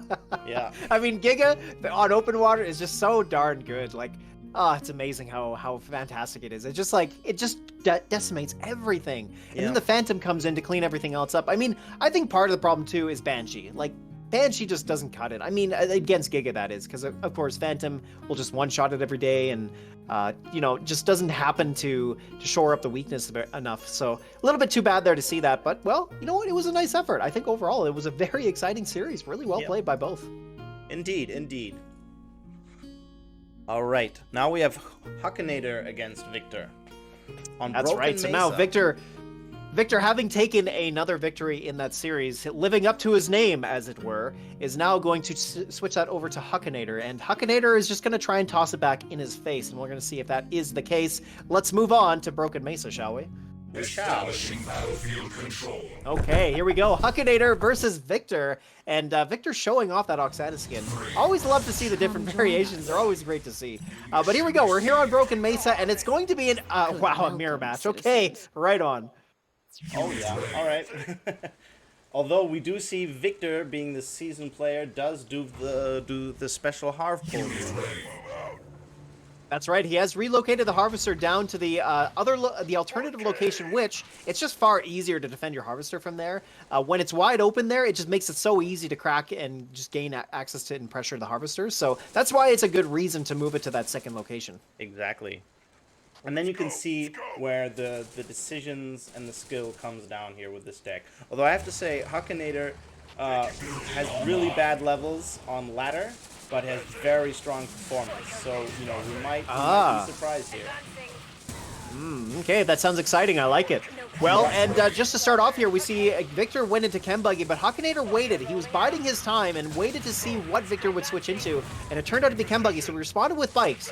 Now, does this put him up ahead? And now we see another Chem Buggy coming out from Victor. I was just to say, is that going to put him up ahead? And I think with the second Chem Buggy, it is going to, because now Victor is way heavily overinvested into his anti-infantry, and there is no infantry on the field. Yeah, but he has to kill them in order for that advantage to play out, and they're staying alive. That is true. Well, and so far these Chem Buggies have been staying alive for a long time. I mean, they are low HP. They're about to go down, but they are doing some work here. However, now we're coming into the first missile, and this is where things matter. So we got the bikes coming up on the left. They're going to stall the missile with those bikes on the middle pad. And this bike here is going to go down eventually. This Chem Buggy is going to clear up that lone bike, and same with the bikes coming up. And now can they get the block? Oh, the boost on those bikes. What a play. Just allowing him to get there in just the nick of time. However, they are going to go down right away, and he does need to cycle his units. There he goes. Nice movement there from Huckinator, moving the bikes back and forth, making sure he does maintain that positioning. And here this Chem Buggy might do a little bit more work. He does target the lasers onto the bikes instead, but the bikes coming up from behind clear it out, and now it's looking pretty good. He's got the middle pad secured, and just excellent unit swapping here from Huckinator. And there it is, missile number 1. Fantastic play there. The foresight, you could see Huckinator moving his units to the right side of the pad to be ready to block oncoming units. The boost, the swap at the top, 3 power plays that absolutely it was a really well played missile. Yeah. That was one of the best missiles I've seen in a while. Yes, like, absolutely. That's what I mean. That's what I'm saying. Like, this dude has beaten me despite levels on ladder. You know what I'm saying? That's impressive, yeah. Wow, this guy, okay, you know, I love to see that, an underdog come up. I mean, that's the thing, right? That's a great thing about tournaments, is now you get a chance to remove that part of the game, and you actually get to see what you're made of. And here, Huckinator really making a great showcase for this. However, now we see double Inferno coming up. This might be too much. He does get the bomb up on the lasers and clearing out the bikes at the spawn point. In fact, laying the flames there could be a slight problem, as everything coming out is going to slightly less health. And here we go, the Phantom gets the volley off, clearing it as it was slightly lower health on Victor's side. He's got a second Phantom coming out. He's going to clear up the Phantom and the Inferno, it looks like, with that single volley, which should clear it up. Oh, no, never mind. He has the entire volley on the Inferno, and he loses the Phantom as well. A huge loss there, and that's looking pretty good here for Huckinator. Victor really trying to make a case here to get onto the pads, but he's dancing his bikes back and forth, and against the two-seated bikes there, it's not going to be enough to clear him up. And this has bought enough time here for Huckinator to bring out another Inferno, and that's going to clear up that second bike squad. There it goes. We've got a Phantom coming in to stop any incoming Infernos as well. But so far, Victor just can't get there. Not enough money. And here, the Harvesters are moving. Both players are not going to have a lot of money to respond. So who's going to take the pads at the end of the day? Can this Inferno clear it up enough? And wow, look at that. Getting a bomb off. Can he block the incoming militants? And he does. Really, really nice play there. And Huckinator takes it. Missile number 2. What a great game there from Huckinator. Insane. I think Huckinator might be agent with a new with a new handle. Yeah, no kidding. Well, I mean, I don't know about that. I think Huckinator's still a step behind that kind of gameplay. But I mean, the thing was, the important thing there, Huckinator just positioned himself well. Like all the unit swaps he made, all the cycling, like you could tell, like you said, he had such good forethought. He was thinking 2 or 3 steps ahead, as he knew what he needed to do to make sure that he kept positioning, that he kept occupying the right hexes so that he could swap his units out. And man, and Victor just looked like he was on the back foot right from that first missile. Like Huckinator looked so good there. Now, this is obviously like a lot of praise for Huckinator, and part of that is because Huckinator here, we haven't seen a lot in tournaments, and Victor, of course, has been seen a lot. So for Huckinator to take a game off of Victor like that is pretty impressive. Now, of course, there's other games to go here, so we'll see. Victor's got some adjustments to make. Absolutely, and you could see I could feel the decision making in that map. Every move was so concise, was so precise. Where he was going, what he was doing, you could feel that he had a plan. That it was all thought out every step of the way. He knew what he was doing, and that just played out for him so well. Very impressive play. I can't believe it. I think we have a new underdog who's really moving up the ranks slowly but surely. Yeah. I have to agree with you. I mean, Huckinator's not a name. Well, I have seen his name, in tournament play. It's not like he's unknown or anything like that, but I think maybe he's starting to make his mark. Like, we look at his rank in game, and here he's ranked 256 against Victor, who's ranked 11. Now, ladder doesn't define how good you are, but the fact is, I think what you were saying, Entsorger, makes a lot of sense about the fact that Huckinator just doesn't have the levels to compete on ladder, but he's got the skill, because, man, is he bringing it. Yeah, especially things with like phantom trade and whatnot. That stuff like that just really sucks on ladder. Yeah, that's no fun. Yeah, absolutely, absolutely. Right, well, and I mean, Huckinator winning that first game is big. Of course, we're going to go into game number 2 here on open water. Open water, great competitive map, but plays out very differently compared to the map we were just on. So, well, without further ado, I think we're ready to go, Entsorger. Yeah, you have to tell Executioner Kenny, for he controls the chariot that does bring the game henceforth. Oh, it's Kenny. All right. Yes. Okay. That's good to know. I mean, they wouldn't leave that up to a Jester. I was wondering about that. Yeah, that makes a lot of sense. Yeah, way above your pay grade. At least okay, well, so Victor here has switched over to a different variant on the Inferno deck, which is using Phantom. Actually, I think he's been playing this variant so far, but usually the one we do see has Stealth Tank in it, but he's decided to use Phantom here, and actually, I think that makes a lot of sense for the most part, although, I don't know. The only thing about it is it does make it easier to counter Orca, but then Talon spam could be a problem, so I don't know. What do you think is going to happen here? First of all, I'm super surprised that there's no Giga on this map after we've seen how it play out. Having said that, Sniper's very strong, but Inferno can make it work.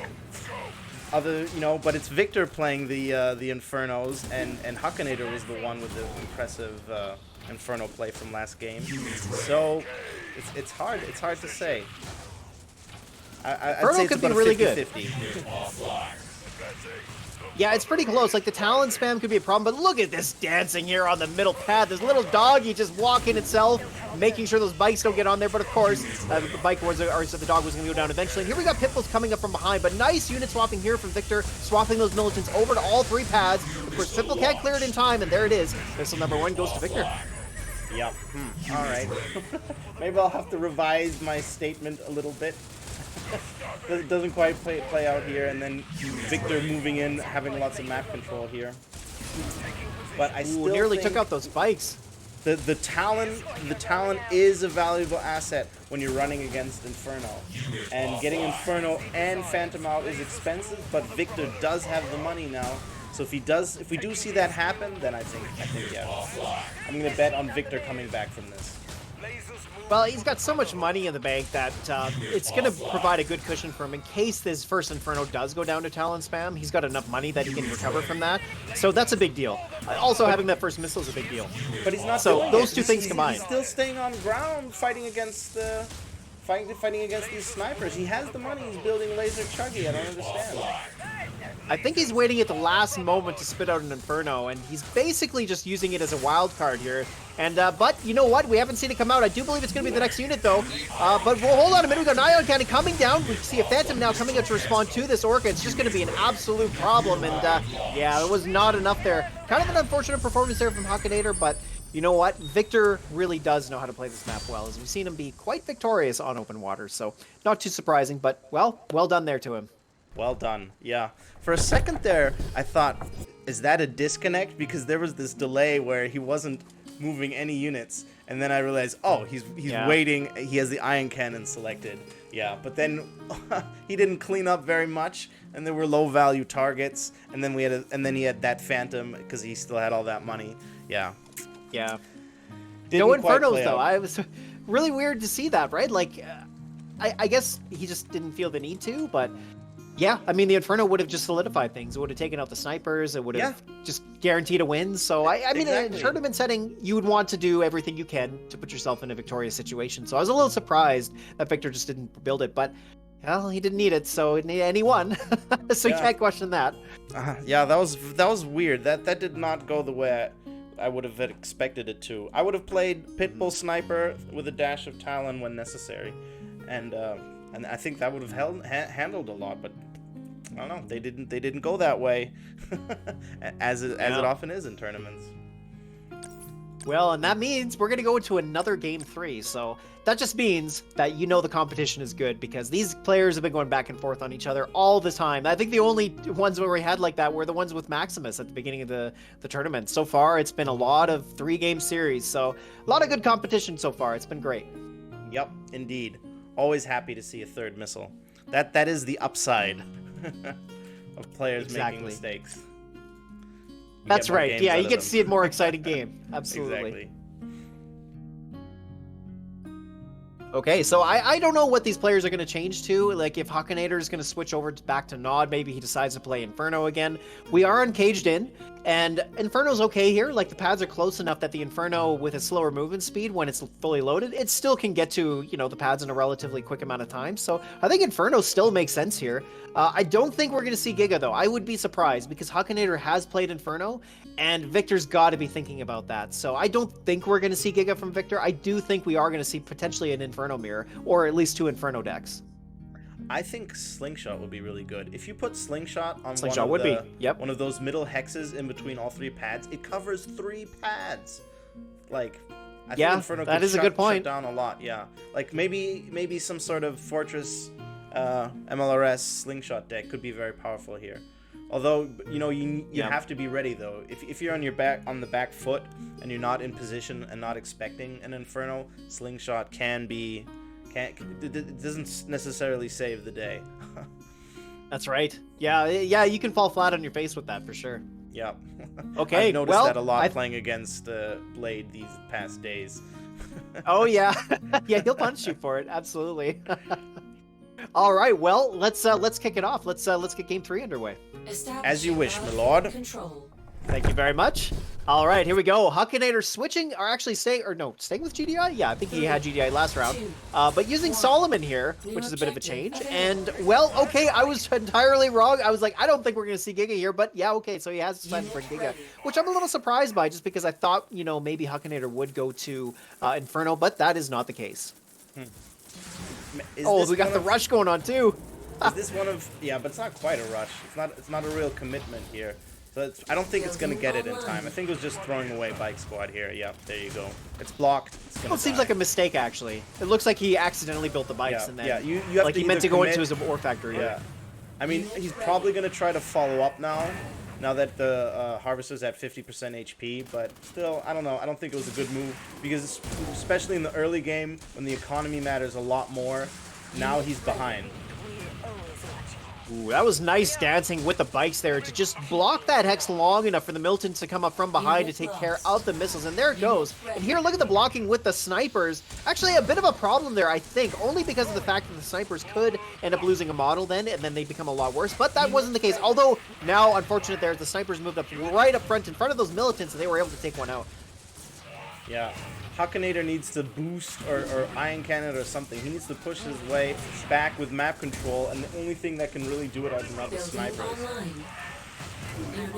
You're absolutely right. Is Victor looking quite good? He's got those militants on the bottom pad. We've got the bikes coming up on the left, and the Talon there isn't going to really do a whole lot. Oh, hold on a minute. Oh, that was very, very close there. Nearly scuffed the missile, but doesn't quite do it. And now we got a Giga coming out. It's going to clear up everything on the middle pad. Should be just enough time to do that. There it is. Giga now moving up onto the middle pad is going to move it over to Victor's favor. And here we go. Will the Orca make it in time? And, oh, just about. But look at the dancing there.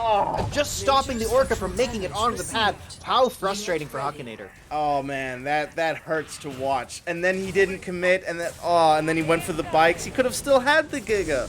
But now the Giga's gonna move in, and now he's laser protection. Now he's definitely gonna get that hard. Yeah, that was a pretty big loss there, and what this has done now, Victor here has just put himself into a position where he's actually putting pressure on Huckinator's Harv, to the point where he's actually having to move it out of the way, and the Sorga here just looking pretty sad, as is not even able to get at the Giga there, only getting one missile off, although now is finally going to get the rest off, and there it is, finally goes down, but that Giga got so much value that it going down there is not that big a deal. Yeah. Huckinator, I think what Huckinator needs is Talons here. You know, the Talons would really do a lot of good. Unit lost. Oh, look at this. Here we go. Coming down to missile number 2. And the Orca goes down to the oncoming bikes. We got double Pitbull coming here into the middle pad. And there it is. A Talon coming out. Could be the tech switch that he needs. We got that Venom on the far right. If the Talon can just make its way over there. But oh no. Unfortunate as the Phantom's going to make it in time. We got an Ion Cannon coming down to clear up the middle pad. But it's just not enough, as he doesn't have any of the other pads. Only securing that middle pad. So there it is. Victor's missile number 2 and game number 3. And he never got the Harv. Oh my Never goodness. did. How did he not. win? No. How did he win that? I don't know how he did it. We might have to review that game, in fact. But did something illegal just happen? It feels that way, doesn't it?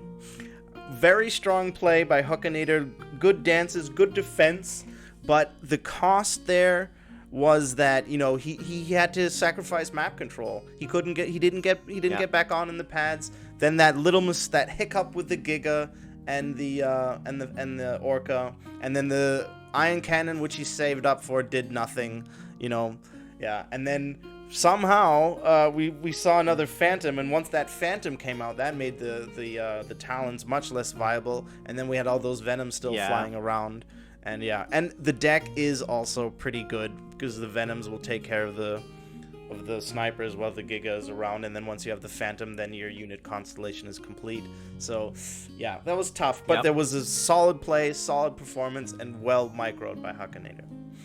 It was, yeah, like what a great performance, and like you got to give Huckinator tons of credit. I mean, he really did push Victor around a little bit, and Victor's no easy player to do that with. So yeah, a lot of credit to him, and you know what? Very exciting games for sure. So that was great. Well, and also, this is pretty exciting. Both houses are at 3 points currently, so Indeed. That means that nobody has an advantage right now. It's been a very even fight so far. That pleases His Excellence when you are both equally bad. Yes. That's exactly. That's exactly right. His Excellence does not want any stomps. That's correct, yes. We want good, even-keeled games. Good, fair, and enjoyable games. All right. Well, speaking of fair and enjoyable, we got Swess and now Huckinator going against each other. Back on Caged In, we're going to go right back to that same map. And, well, Huckinator now getting a little bit of experience there. Might actually help him out, but we'll see what he decides to pick here. Well, Entsorger, shall we? We shall. Yes, indeed. Let's kick it off, Executioner. At once, my lord. All right, Huckinator versus Swess, and Swess here bringing Jackson. What is he going to decide to play? Predator Shock or... no, Predator Sniper with drones and Hammerhead. Interesting. Against Inferno Chuggy. Good against Inferno, bad against Giga. And we have Inferno. Exactly right. Yeah, so... And Swez is like also Hammerhead's kind of very underwhelming sometimes, but it'll work in certain situations. Yeah. If you have very aggressive Infernos flying, moving in, it can definitely work. It depends on the map control. It depends on how the units spread out. I've seen it work. Look at this. Oh, no. Man, Swess is not having a good time. He just lost those 50 cost snipers to about $11 worth of riflemen, and yeah, that's got to feel real bad. The snipers are just falling flat. Although now he's slowly starting to get some advantage here, but the problem is he's not really defending the snipers that well, and look at the economy difference right now. We got a chem bugging from Huckinator coming out. Swess just can't get to anything. Yeah, Swess needs a Predator now, because if you don't have a Predator, very shortly after the Chuggy comes out, you're definitely not getting the missile. No, and that's almost certainly going to be the case here, as Huckinator's in a very good spot. He's got those bikes moved up, he got the militants as well, but the bikes are just going to come in from behind just to make sure of it, and, well, there it is. Huckinator coming back with missile number 1.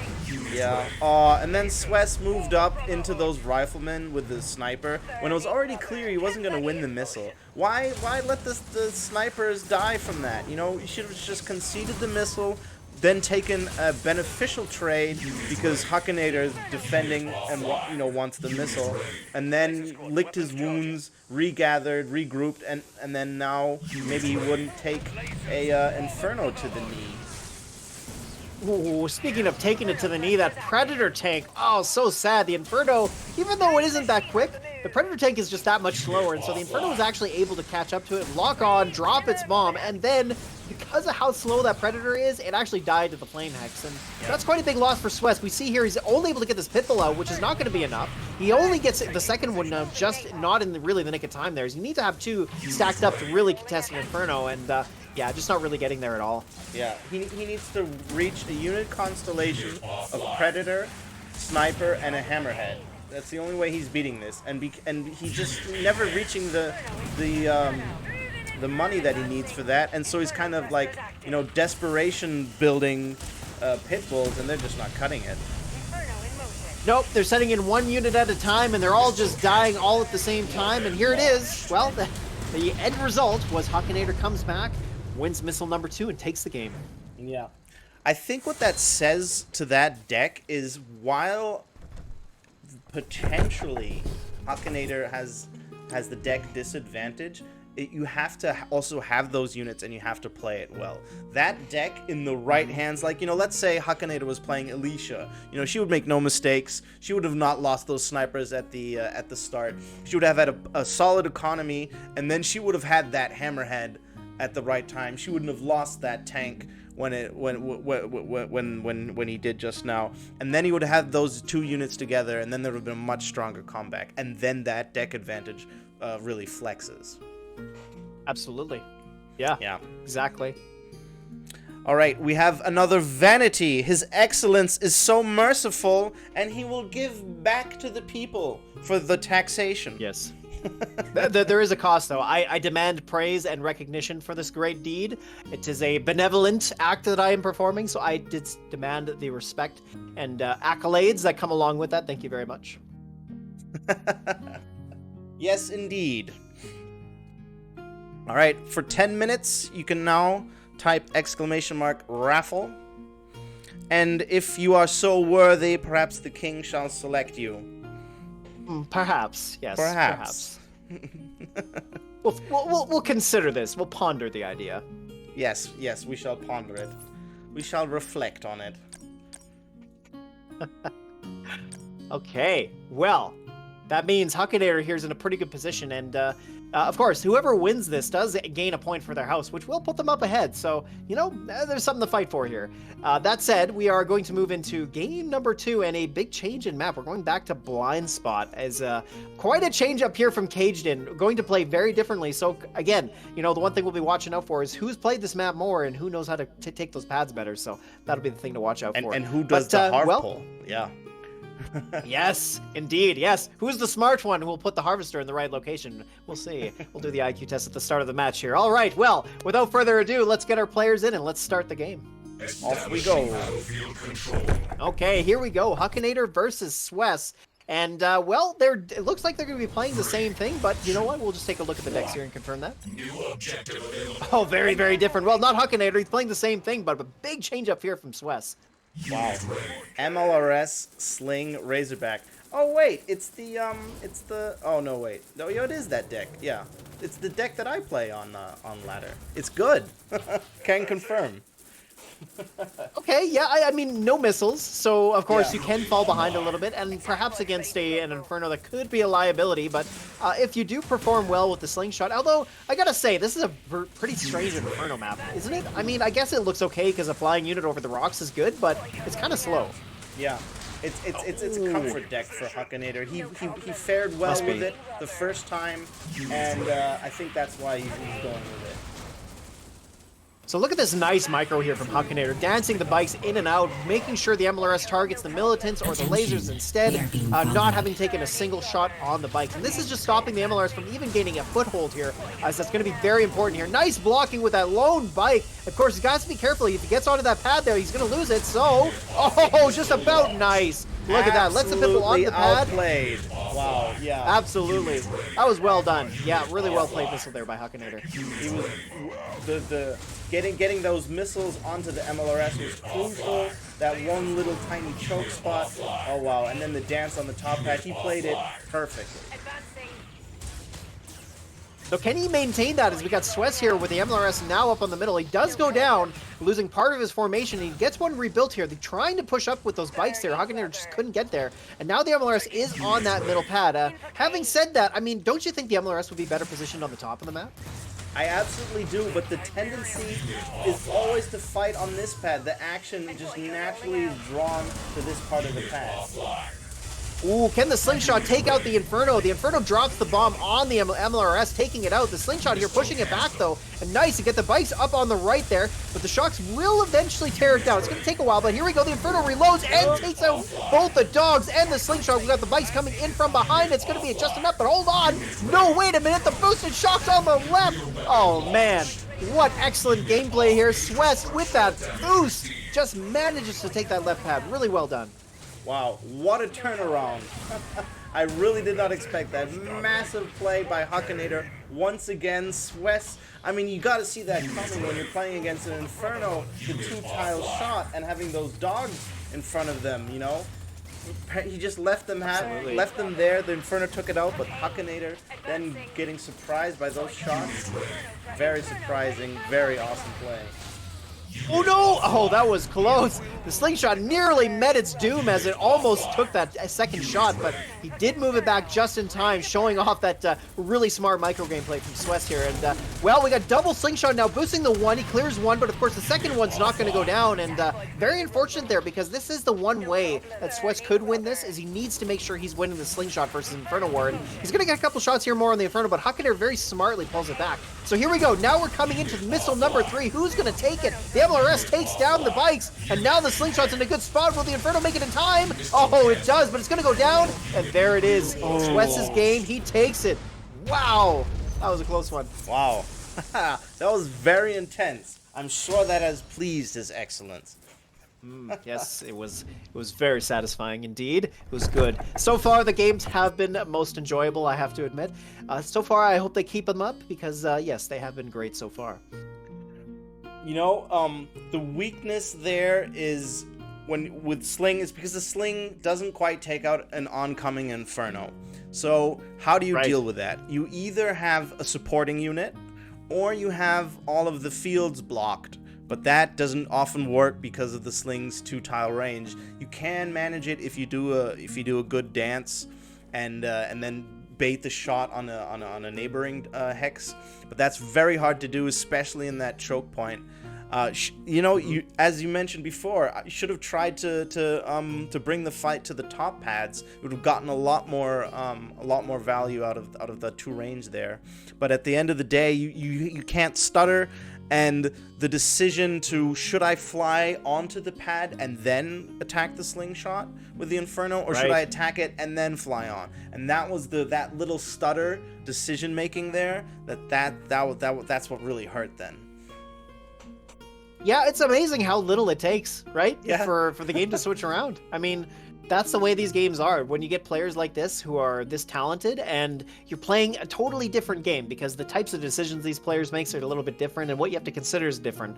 And yeah, at the end of the day, it really does come down to minute differences. I mean, it was just like that. Yeah, a very small thing ended up flipping the game around, and that's so far been the case. Like, look at these games that we saw between, who was it, Huckinator and Victor, where the missile went back and forth like twice or 3 times. I mean, it's been great stuff. It's been really great stuff. Absolutely. Very, very interesting game. Lots of back and forth. Great tournaments so Yes.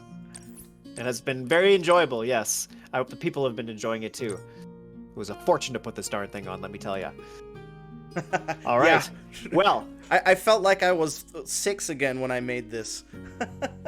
yeah, right? Yeah, Was that I was fun? like, what am I doing here? Yeah. It was good, though. I pulled out all my old crayons. I got one of those glue sticks. Awesome. I love it. Well, I mean, that's probably what they used back in the day too, right? So, you know, period correct and all that. Yes, and if we're allowed to do some more taxation, perhaps we can upgrade to some finer silk hats in the future. Yes. Yes, finer. Yes, in fact, the finest silk. Okay, well, I think we got our players ready to go. So, Kenny, could you do the thing, please?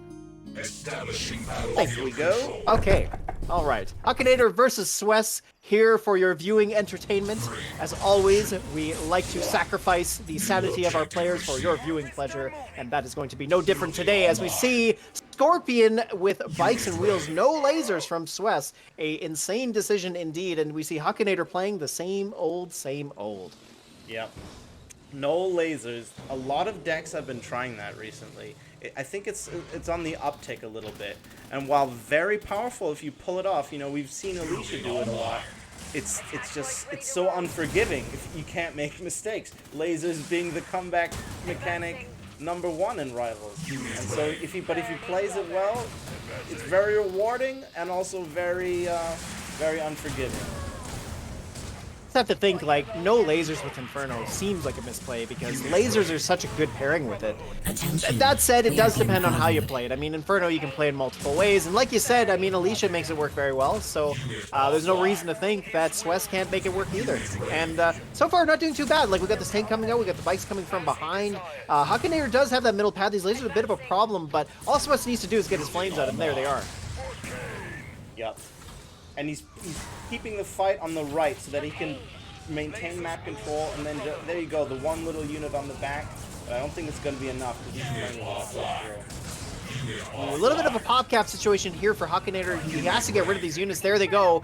And he did just get enough time on the clock here in order to respond. So we've got Inferno coming out here. He's going to go onto the middle pad there and take out the flames, it looks like. But he's just going to try and get on that pad and stall it for a little bit longer. But it looks like he's going to go for the double shot and gets it. Ooh, flames and the bikes go down all in one fell swoop. And that is a big advantage here for Huckinator. It looks like that's going to give him missile #1. But there it is. Oh, and then almost all the units die in the flames, man.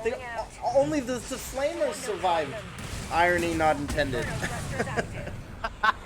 Yes. Oh, I love that. That was great. Good joke, Jester. I appreciate that. I'm glad it pleases you. Yeah, and so does. now here we go.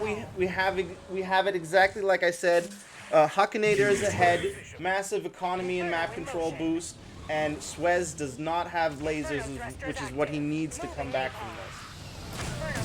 Well, he is low in money. He's going to build a Phantom next, it looks like. But no, in fact, he's going to take care of the lasers instead. Interesting. And you know what? I kind of like that play because it does at least contest the units on the pad or the field that would be a problem for him. So, but now he's going double wheel. We see a Phantom now coming up from behind with Huckinator here, which could be a huge problem. But nice movement from Swess. He's just going to dance it around the bikes. Does take a full falling from the Phantom. So that's a bit unfortunate. It is going to be very low HP. A single laser shot or even a lone bike could be enough to take it out. And, well, here we go. Look at that. The laser's in a position there to take it out. We're going to see a double shot against the lasers, but it doesn't matter. Huckinator still had all 3 pads, so there it is. Wow. That was quite a literal burn. Yes, it was. Good one, Entsorger. Oh, I mean, it's bad enough that, you know, to be on the back foot there, but then to lose everything in the fire as well. The tank went down, the bikes went down, and then the double kills. There were numerous double kills as well. It was just painful. I'm sorry. Especially for the ones that went through the flames, that must have been really painful. Yeah. But the flamers, they're used to it, so it's no wonder they survived. That's right. Absolutely. Well, all right, folks, and you know, the entertainment just keeps coming in here at Emperor Jeffrey's Kingdom. That is just the way she goes, and here that's going to be no exception as we've got Swess and Copycat coming up for you next. That's right, you saw Copycat at the beginning. You've been wondering, where the heck is this guy? Has he just disappeared? No, we're bringing him back, and here he's coming into you right now. We have one vanity draw that we must finish. The timer is now up, so... At the mercy of His Excellence, Disposer Bot shall now pick a winner. Yes, please, do give the thing to the people. Give the thing that they're looking for. And it will be Adrian. Congratulations, my dude. Ah, very nice. Good choice. Only the finest of choices for you, my lord. Absolutely. All right. That has been settled. Please contact someone on the Legion team and we will get you your vanity. Copycat versus Swez on Battlefield. I'm ready to take off. All right, Kenny, do the thing for us, please. Yes, excellent. Crack the okay, whip. and all right, Copycat has brought forward the best commander in the entire game. He has brought Kane. Kane lives. Copycat has automatically won my favor forever. He's the first person to play Kane. And here he's going to be playing against Giga on Battlefield. Well, interesting to play Giga Chuggy with Kane. Actually, I don't know. That's an interesting choice. I guess on this map, the Kane Tower is going to be really good against Giga, but I don't know. What do you think? Battlefield, yeah. I think Mutant Chuggy can get through regular Giga. Especially at Infantry Giga, which is why some of the Giga decks play Venom, because they just have that little edge over Mutant Chuggy. Because the Chuggy just makes a cloud, waits a little bit, and then boosts the mutants, and then they get through, and then they get Giga. So the fact that Swez doesn't have it, has the Wheel Flame variant of the Giga deck, I think it can work for Copycat. It's not easy. You can't make any mistakes. But there we go. We're already seeing our first one. Yes, Swess a little bit out of position now, backing off the Giga. Thou shalt not pass, says those mutants, pushing the Giga out of the way. And there we are. Now this Giga is back into position. We got the Flames with the boost coming up, but the Chem Buggy could be a big problem. But that said, he is going to just try and secure the top pad and instead fight for that part of the map. And it looks like that may not work out for him, as it looks like the laser's going to survive long enough. There it goes. Oof, real close though. Any longer there, and that's Copycat's missile. Yeah. In Copycat's shoes, I would have... Oh my god. What? Oh, here we go. He moves the bikes up as well. Very smart play as he makes sure to keep vision of the Giga. And that's really all he's trying to do here. But, wow, kind of unfortunate too, because that tower's just going to go completely down to those flames. But I mean, that was way too early. What has that brought him? Now Swez is back with a new Giga seconds later and triple the amount of flames. I think that was a waste of the money there. He should have tried to go for Giga Chuggy and then Chuggy Mutant and then Inferno. My words are all over the place. And then Kane at when the missile's about to fire. Now he doesn't you have the might be money for right. it. He spent a lot of money on this Ken Buggy Mutant bike combination, and so far he's not getting the favorable matchups. The mutants are just getting totally chewed up by the flames. This Giga's in a really precarious position, being so far pushed up, but it doesn't matter. Swiss just has so much map control, and look at this. Flame's gonna dance the bikes away, and there it is. Swiss taking missile number 2 in game number 1. Yeah. There's never, I mean, maybe that was a misclick. Could that have been a misclick? Because there's never any incentive to bring out Kane when the missile just started charging. That's always, you know, you can literally fiddle with your thumbs for a minute or two until the missile's about to fire, and then use Kane, and you're not any better or worse off. There's just no gain of popping 1 Giga for 110. And then he just builds another one. You know, it's not cost efficient, and it's not map control efficient. And as we saw, I think that could have been a misclick. Maybe somehow, maybe with his elbow, he hit the cane down in the right on the iPad, and then I don't know. It's rare to see a mistake like that because you have to select the commander power. But I don't see what else he was thinking there. Well, it may be cost inefficient, it may be even battlefield inefficient, but it was Jeff Praise inefficient there, let me tell you. That was awesome. We saw the Kane Tower come out, and you know what? That alone is going to potentially win him this tournament because, well, I'm the Emperor, so I, make the final call here, so even if you win the games, I'll just probably, But, yeah, I gotta say, I mean, nice Kane Tower, my dude. Even though it didn't do you anything for the game, it, won a little bit of favor with me, so there you go. It pleases his excellence when there are other jesters in the games doing jester things. Exactly. For better or for worse. Ah, yes, indeed. Good one, Jester, good one. Good times. Well, alright, speaking of good times, shall we see if Cracked Ice is all it's cracked up to be? We're going to have Copycat versus Swess. And who's going to come out on top? We'll find out. Here we go. And wow, Swess, realizing the value and brilliance of Kane, has decided to play Kane as well. Realizing just how much I love Kane. Very, very wise choice, Swess. And we'll see if Copycat will make this work. Giga definitely Kane sucks does on live. this map. I can tell you that much. So does MG. This is a ratings disaster. I like the map, MG is pretty bad. But it doesn't play well for 2-range units. So luckily, neither team has brought one. It is very unusual. We do see Venom from Swess, and I think Venom's a pretty good choice. Like Venom being able to go to the rocks and then Phantom to deal with the shades. The stealth tank, though, could be a pretty important tool, but then he's also got Kane to shut down the Chem Buggy, so... However, like you said, Kane's not just a great choice here, only because, well, where do you put it? Yeah, I think the Canes are fairly well. You put it right above the rock where the blue riflemen are right now. I think that's where you can put a Cane, if I'm not mistaken. Well, that could work. Yeah. That could work. Yeah. And I think, Cane is pretty powerful against Copycat's deck here. But it is. Yes, I have played against it. He has to bring the timing as well. Well, look at this. So we got the Mutant Marauder Chem Buggy combination set up on the middle hex there. We got the tank trying to make work out of that Chem Buggy, but nice tech switch here from Swess to go into Venom. As you said before, one of the tools that's really useful against Mutant Chuggy is to bring Venom because that avoids taking any damage from the Chem Buggy. So this has forced Copycat into a slightly different answer. He doesn't have bikes, so he's gone into this expensive stealth tank. And of course, he's not going to be able to one-shot both the units. So, oh, and he doesn't have the Chem Buggy on the left pad either. A slight misstep there from him costs him that missile. Yeah, that's the shame there. I almost looked like a disconnect. Just needs to move the units on the pad. Maybe it would have definitely gotten him some stall, and then he could have maybe done something with that. Indeed, yes. And unfortunately, it didn't really work out there. I mean, the stealth tank was nice, but no bikes. I mean, the Shade here just doesn't really have a lot of targets. I mean, the mutants are going to be your tool against the tanks. The Venoms, yeah, of course, they will deal with the mutants, but not that fast. Like, not fast enough for a stealth tank to come up and clear them up. So, I don't know. I just don't understand the point of the Shade in this deck, really. Yeah.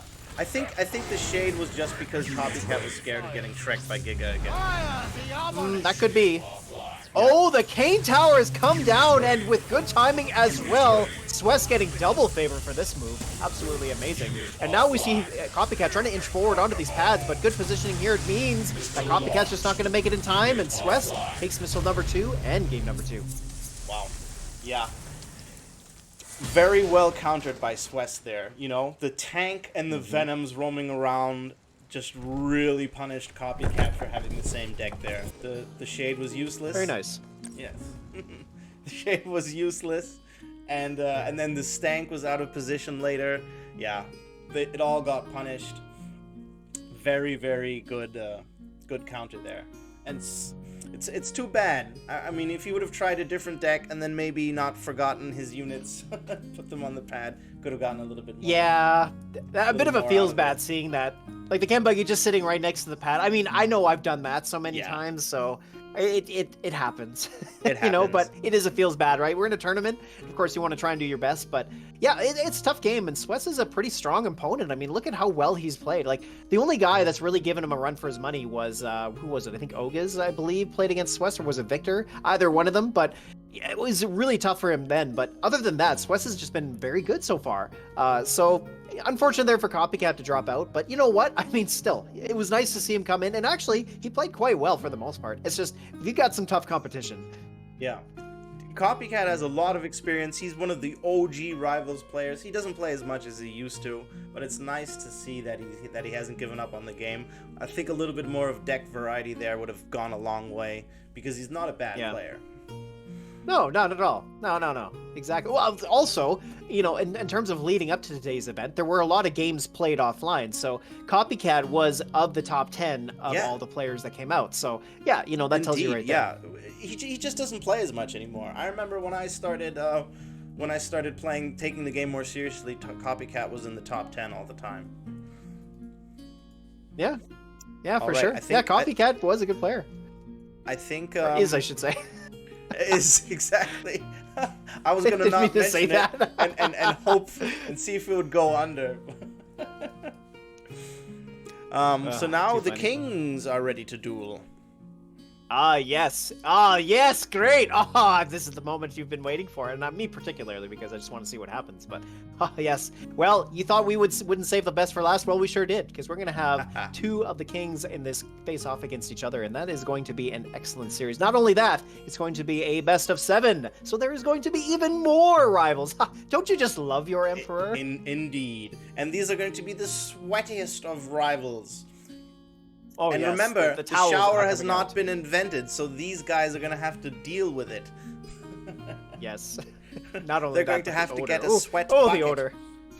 I mean, I never have to deal with that because, of course, I bathe No, of every course day. not. But all for the rest of the peasants out there, you know, that's how it goes. We will have the jesters Okay. fan you. Indeed. Okay, so for the first map, it looks like it's going to be Stonewall. Wow. Pretty interesting, actually. Lots of maps to choose from. Of course, they've decided on, or Terran has decided on Stonewall. So I don't know. I don't really know a lot of the variety of decks that Terran plays, or Quasar is as he's also known by. I mean, he does play a lot of tank, and he plays a lot of stealth tank as well. So lots of Nod. I don't know what he plays on GDI. Probably Razorback. And, you know, some variation of Predator Shock or something like that. But, yeah, I don't know. I just don't know what the thinking is, right, with Stonewall and what deck he's intending to bring. Sourpuss, on the other hand, he's got lots of choices, so I fully expect he'll play something that's going to work for the map. Probably something like Inferno or Giga. Yeah, Stonewall is absolutely an interesting choice. That makes me think maybe there could there be a tech splash? Would these players risk that against each other? Ooh. It Well, I used to sure be the hope so. norm. I would love to see it. Yeah, I mean, Sourpuss is used to it. I think Quasar started playing when Tech was on its way out, but now that's not the case anymore. So, but actually no, I take that back. Quasar was the one who picked Stonewall. So, so it's up to him. I don't know what his thinking there is, what he's doing. Maybe because he's seen so many games and how they played out in this tournament. Maybe he feels confident he's gonna do that map control trick and then just take over the pads. That's how you win it on Stonewall. Yes, perhaps. Yeah, I mean, it's won games before, and we've seen that be quite effective, actually, where, like, well, Oga's did that quite well, where he just literally took pads at the last moment on middle Oasis, you know? And, well, hey, yeah, sometimes that's just how you win games. Sometimes it doesn't matter what happens for those 40 to 50 seconds as the missile's is going, you know, charging. Sometimes all that matters is that last 10 seconds, so... Not always, though. I mean, clearly there's a lot of situations that play out differently than that, but sometimes that is the way she goes. I would like to draw attention to the fine robe that Lord Jeffrey is wearing. Perhaps you have not noticed. It is a blue suede towel. Very rare amongst the common folk. Yes, look at that. Yes. Just my status symbol. You see, this is what demonstrates the fact that I'm way better than everybody else. I mean, it's just a, symbol of my wealth and prosperity and just how wonderful this whole kingdom is, right? Yes, but yes, only the finest silk delivered by the finest peasants. And it can only be done by his lordship's taxation. So please bring the shekels forth. That's correct. Yes, please bring out your money and give them to us. Yeah, specifically the prize pool, if you would. All right. His lordship demands it. As speaking of demands, I am ready to begin our battle between the kings. If you are ready, Entsorger. Yep, I'm ready. And here we go. Yes. So Terran has brought Kane. Ah, yes. I love it. It's been wonderful. All right, good. We have Kane here. I don't care about the rest of the deck. Let's look at Sourpuss. He has brought Zone Titan. Did I call it or did I call it? You did, yes, indeed. Nice job, Jester. You can stay alive for the next half hour. That is good. Executioner Kenny will deal with me another day. That is correct. You live to see another day. Well, and you are correct. Yes, so Zone Trooper Titan coming here from Sourpuss, and an interesting choice by the king using units that demonstrate his prowess, as he is going to use very big, fat, beefy units. But from Terran, he does have options. He's got Flame Tank, so of course, you know what? I mean, lasers do a good job against the Titan. The only problem for Sourpuss, he's going to have to really rely heavily on these snipers. Yeah, but I think it can be done. There's no Giga, which is really the only thing that really scares Sourpuss here.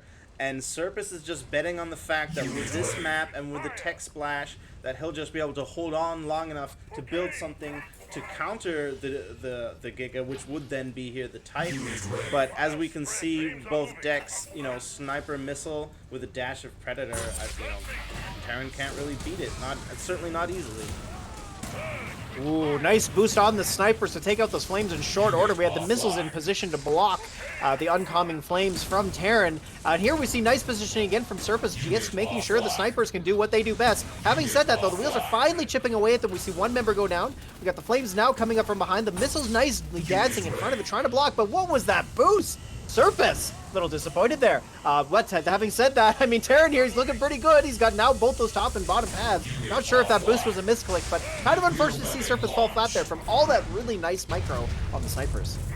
The boost was nothing but a display of dominance. Throwing away a bit of money. He has 2 halves now. He can afford it.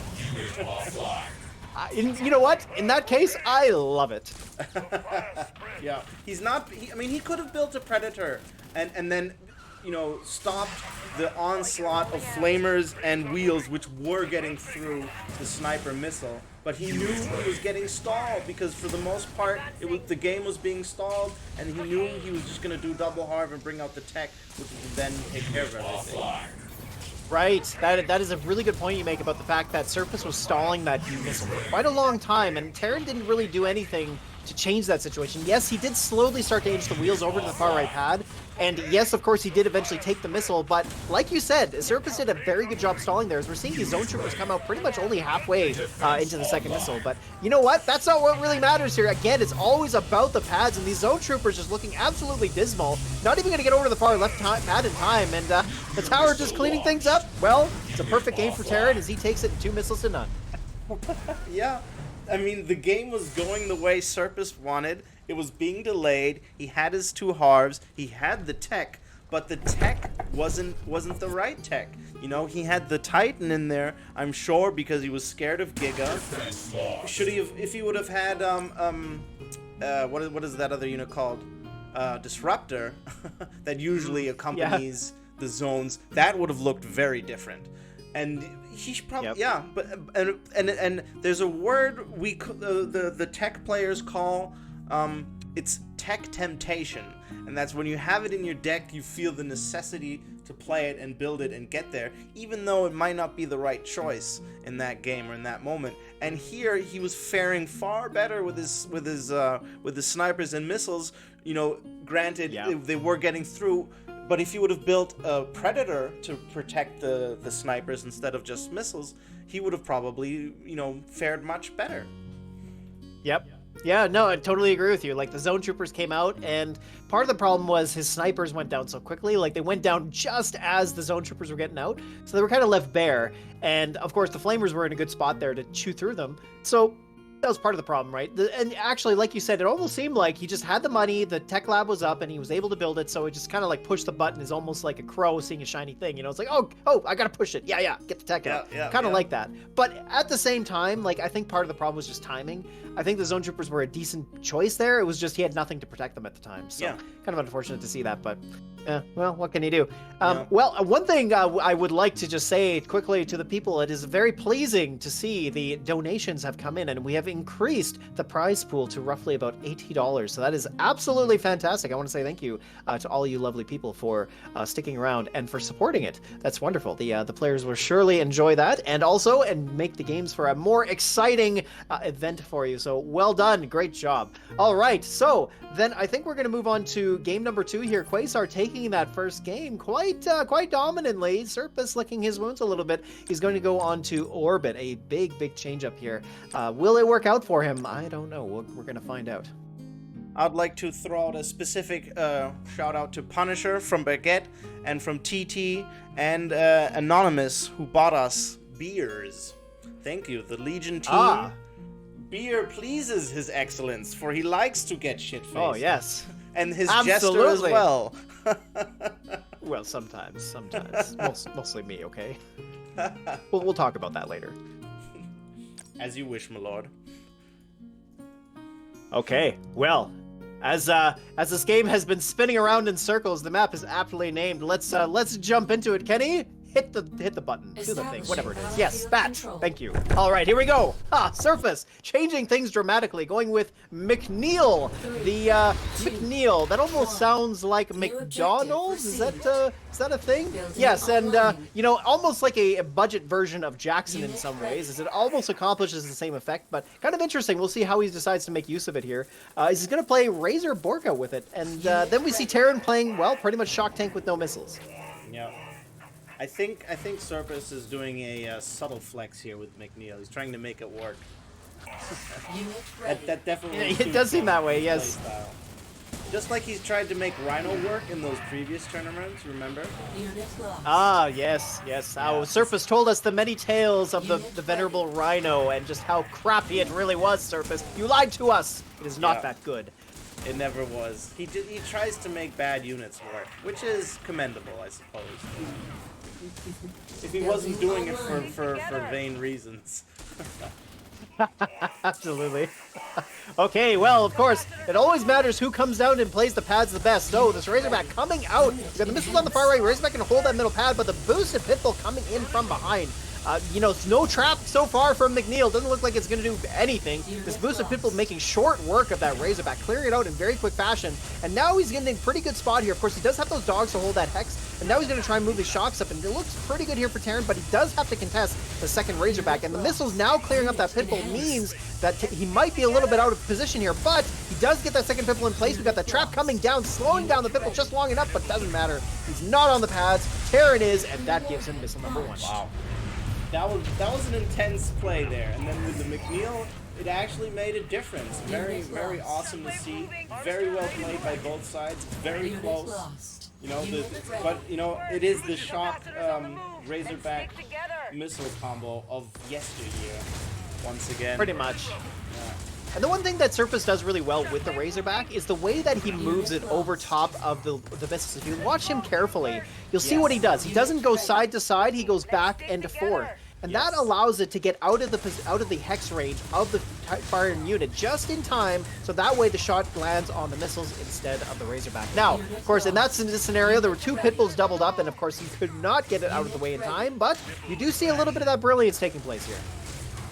Oh yeah. Oh man, this could go either way. Decently matched players with equal skill almost. Unit enhanced.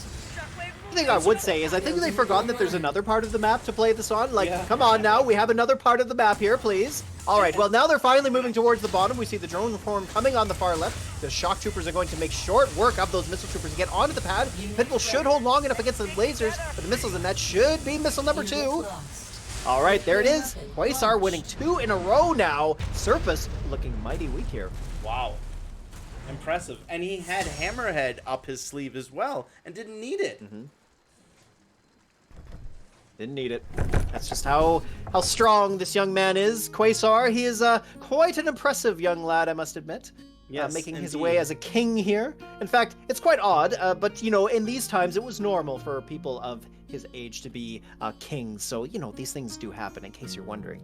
Yes. But, well, Quasar goes up 2-0, and very well done to him. We're going to see what Sourpuss decides to choose for the next map and deck. A young heir to the throne. Indeed, yes. Often they make frivolous choices, young kings. They must listen to their elders, to the advisors, and to the jesters. No, not the Jesters. Nobody listens to the Jesters. A jester can Okay. only dream.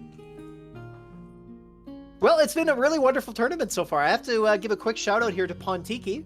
This was Pontiki's idea. He came up with the entire format idea, proposed it to the Legion team, and said, "Hey, why don't we do this kind of interesting format?" And I got to say, it's really cool that these we got community members coming forward with these really neat ideas, and yeah, we get to do really cool themed events like this. So I hope you guys have been enjoying it. It's been a heck of a lot of fun. I hope we get to do more of this. Yeah, indeed. Copycat just wrote in chat, Razorback really needs Jackson against Shock Pitbull. Kinda, yeah, true a enough. boost definitely really helps the Razorback a lot. Yeah. And then once the drones came out there to support against the lasers, it was already really, really tough. Really, really tough to manage. Yeah. Yeah, definitely. And well, and the Razorback- map too, right? Razorback got a lot harder to play since the nerf, because with the slowdown, you know, it's Yeah, the movement speed. you have to micromanage it a lot more because of that movement speed, especially when it loses momentum. That's something that I noticed a lot when I play on ladder. If you achieve a point where the Razorback completely stops moving, then that initial start time until it gets moving again, that momentum loss really costs you a lot and can mean you're getting a ton of hits before you get out of range. Well, that's just it. Like, imagine any Raider unit becoming slower. Like, imagine Pitbull getting a movement speed nerf. It would just become so much worse. Yes. Like, it makes a lot of sense because, like you said, what happens is now that unit takes longer to clear a hex. So the fact is, like, when you're trying to micro it in a way where you don't take any damage, it's just so much harder to pull that off. In fact, it's almost impossible because we saw that happen there, where there was really no way for Sourpuss to put his Razorback and missiles in a position where he could eventually gain that kind of value. And even if he did, the Pitbulls with its Raider functionality were still getting shots off on it. So Yeah. it was just really hard. And yeah, because like before with his faster movement speed, I think it was faster actually. It was a lot easier to pull that off, and that's what made it so frustrating, is that players like Sourpuss, everybody was abusing it. They were playing Missile Razorback because it was fast enough that you could clear the missiles in time for the shot to hit the missiles instead of the Razorback. So it just became a zero-sum game, and basically you gained infinite value from this one unit. So it was super frustrating. Yep. Yeah, Razorback has become very frustrating. I don't like to play it that much anymore. It's lost a great its unit, former though. glory. It's a nice unit role for GDI, like balance-wise. It's something that they've needed because they don't really have something like that, because other than that, they've had Talon and Drone Swarm, but besides that, there's really nothing else. So Razorback, to me, seems like a good fit, but design-wise, I don't know, like giving it Flying and Raider, it's a little much, don't you think? Yeah. But I mean, now, if you look at it now, it dies to Stank and it dies to Phantom. So It does, yeah. Yeah, and it has that speed nerf. It got the speed nerf, it got the health nerf, it got the damage nerf, you know? I think Yeah. you need to give it one little niche where it can kind of hang on. Should it be health It's or should something. it be speed? I think the damage is where it should be now. You know, it's not as oppressive, but the fact that it doesn't have that speed or its health anymore, it needs one of those things. It needs to either survive to Phantom or Stank, or it needs to be a little bit faster so that it can at least escape. Yeah, just something, right? Something to make it just a little bit better. It's pretty close. Like, it's actually somewhat balanced the way it is. It just seems a little bit on the weak side, so a little bit more and we'd be there. Okay, all right. Well, finally, Entsorger. Jeez, man, it took forever. Gosh, get on it there, Entsorger. I'm just kidding. All right, so here we are. We're going into game number 3 between the two kings. Of course, we are moving on to battle quadrants, and we'll see if the game splits up that way, but I suspect not, because these players love to just battle it out on the field. So here we go. Terran moving over to Solomon. Very interesting choice on a 2-pad map. Actually makes some sense. But let's see what the rest of these brought here. Sniper with Pitbull and Predator against Chembuggy Inferno. So Sourpuss now switching over to pretty much a meta deck. Yeah. Similar, you know, we've had this matchup before, right? What was it? Hookinator and I forget, maybe Victor. Oh yes, yes, yes, we did. Yeah, and I think, you know, Terran has more tools. There's more things that he can do to counter Sourpuss's deck against the Inferno with the Hammerhead and then the Predator and the Sniper. So if he gets the Constellation out, then he has a deck advantage. But until then, I think Sourpuss is ahead of his deck. Well, and here we go. Missile number 1. Is Sourpuss going to take it from Terran? It looks like that's going to be the case. We've got the Militants blocking the Pitbull. Of course, the Snipers won't clear them in time. And there it is. All right, Sourpuss, missile number 1.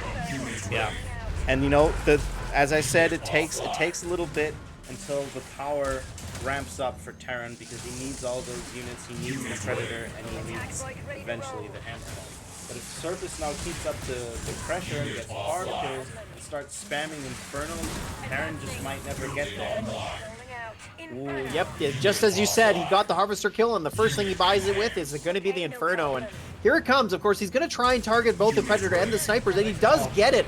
A double shot there from Sourpuss, absolutely monumental, as that took out so much value from Terran, especially losing those Snipers, and also positioning. And now, this Predator tank with just so little hit points, it's going to be slow and a liability at the same time.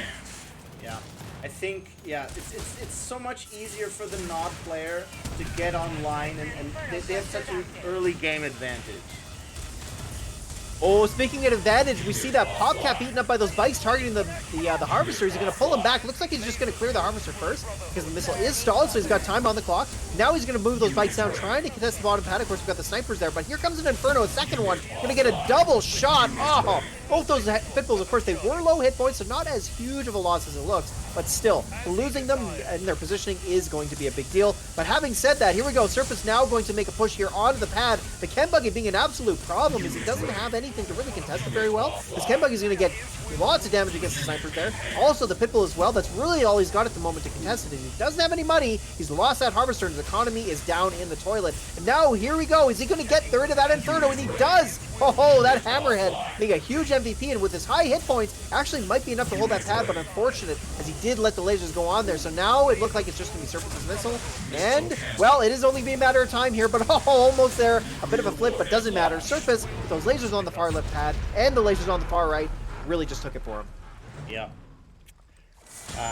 Yeah, and I think that part of the reason the Nod is ahead is because it's cheaper for Nod to do that. We saw once the Snipers and the Hammerhead and the Pitbull were there on that right pad, he was holding. That was the first time where he really held ground. Unfortunately, the Snipers were attacking the Pitbull and not the lasers, and so then the lasers took out the Pitbull, and then the Chuggy could go for the and then his fortress or his deck or his map control or the pad control crumbled, and then they both killed each other's harvesters, and And you don't want to be the one making dogs when the other person is making lasers. You know, he could never afford another sniper. And yeah, the Nod deck being cheaper just, you know, played out for him.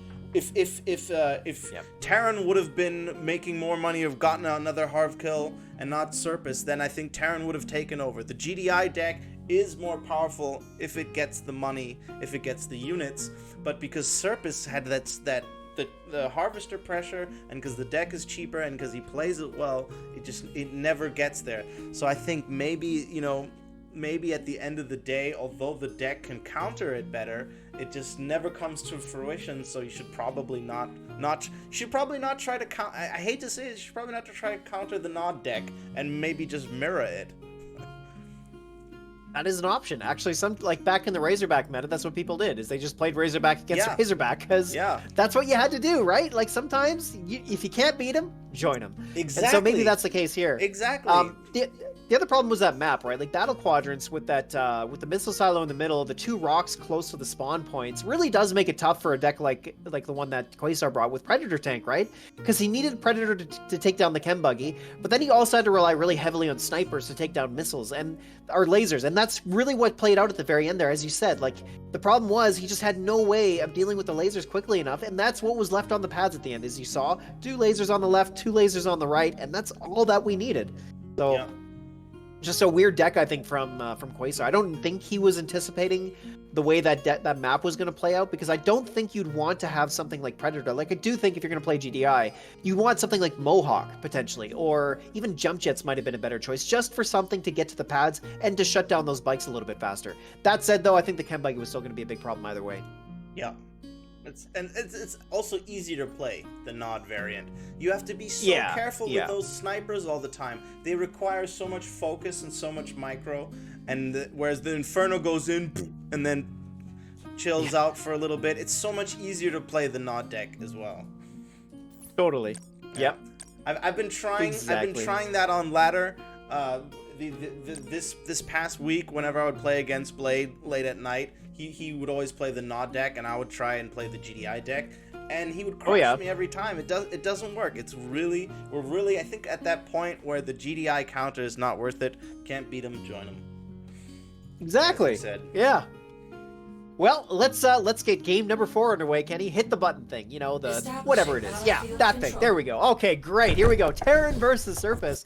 Terran moving over to Jackson. Actually, no, he played GDI last game. Never mind. Well, let's see if he decides to play a different deck here on Battlefield, which is very different. And yeah, actually, and you know what? I quite like this. The Slingshot here is going to be very good against the laser drones. The Razorback's going to be very good against the mutants. We don't have any lasers from Sourpuss, so the Predator Tank's going to get a little bit more value against the Chem Buggies. And Shocks should be enough, actually, with the Razorback to shut down those mutants. So this actually looks like a very good choice here from Terran. But what do you think, Entsorger? It's tough. They both decks have good options against each other. You know, we have a sling, but we have no Inferno. So I think the sling is a little bit dead weight here. You know, I mean, the laser drones aren't really that much of a threat. So it's true. Yeah. And then once the Phantom comes out and shuts down the Razorback, I think Sourpuss is gonna win it. Okay, well, Sourpuss making a good case here. He's got his combined arms together, but so does Terran. He's bunched up his Predator with the Shocks. And unfortunate is he didn't get a lot of shots off on the Chem Buggy. He's really trying to target it, but nice movement from Sourpuss on the Chem Buggy, making sure it gets out of the way just in time to dodge that Predator shot, which is a really high skill play. But look at that snipe from the tank, just managing to get it. Now here we see Sourpuss a little over-invested in these mutants, but unfortunately for Terran, he decided to go Predator Tank against double mutant here. So going to be a little bit while before he gets to those Shocks again. And there we go.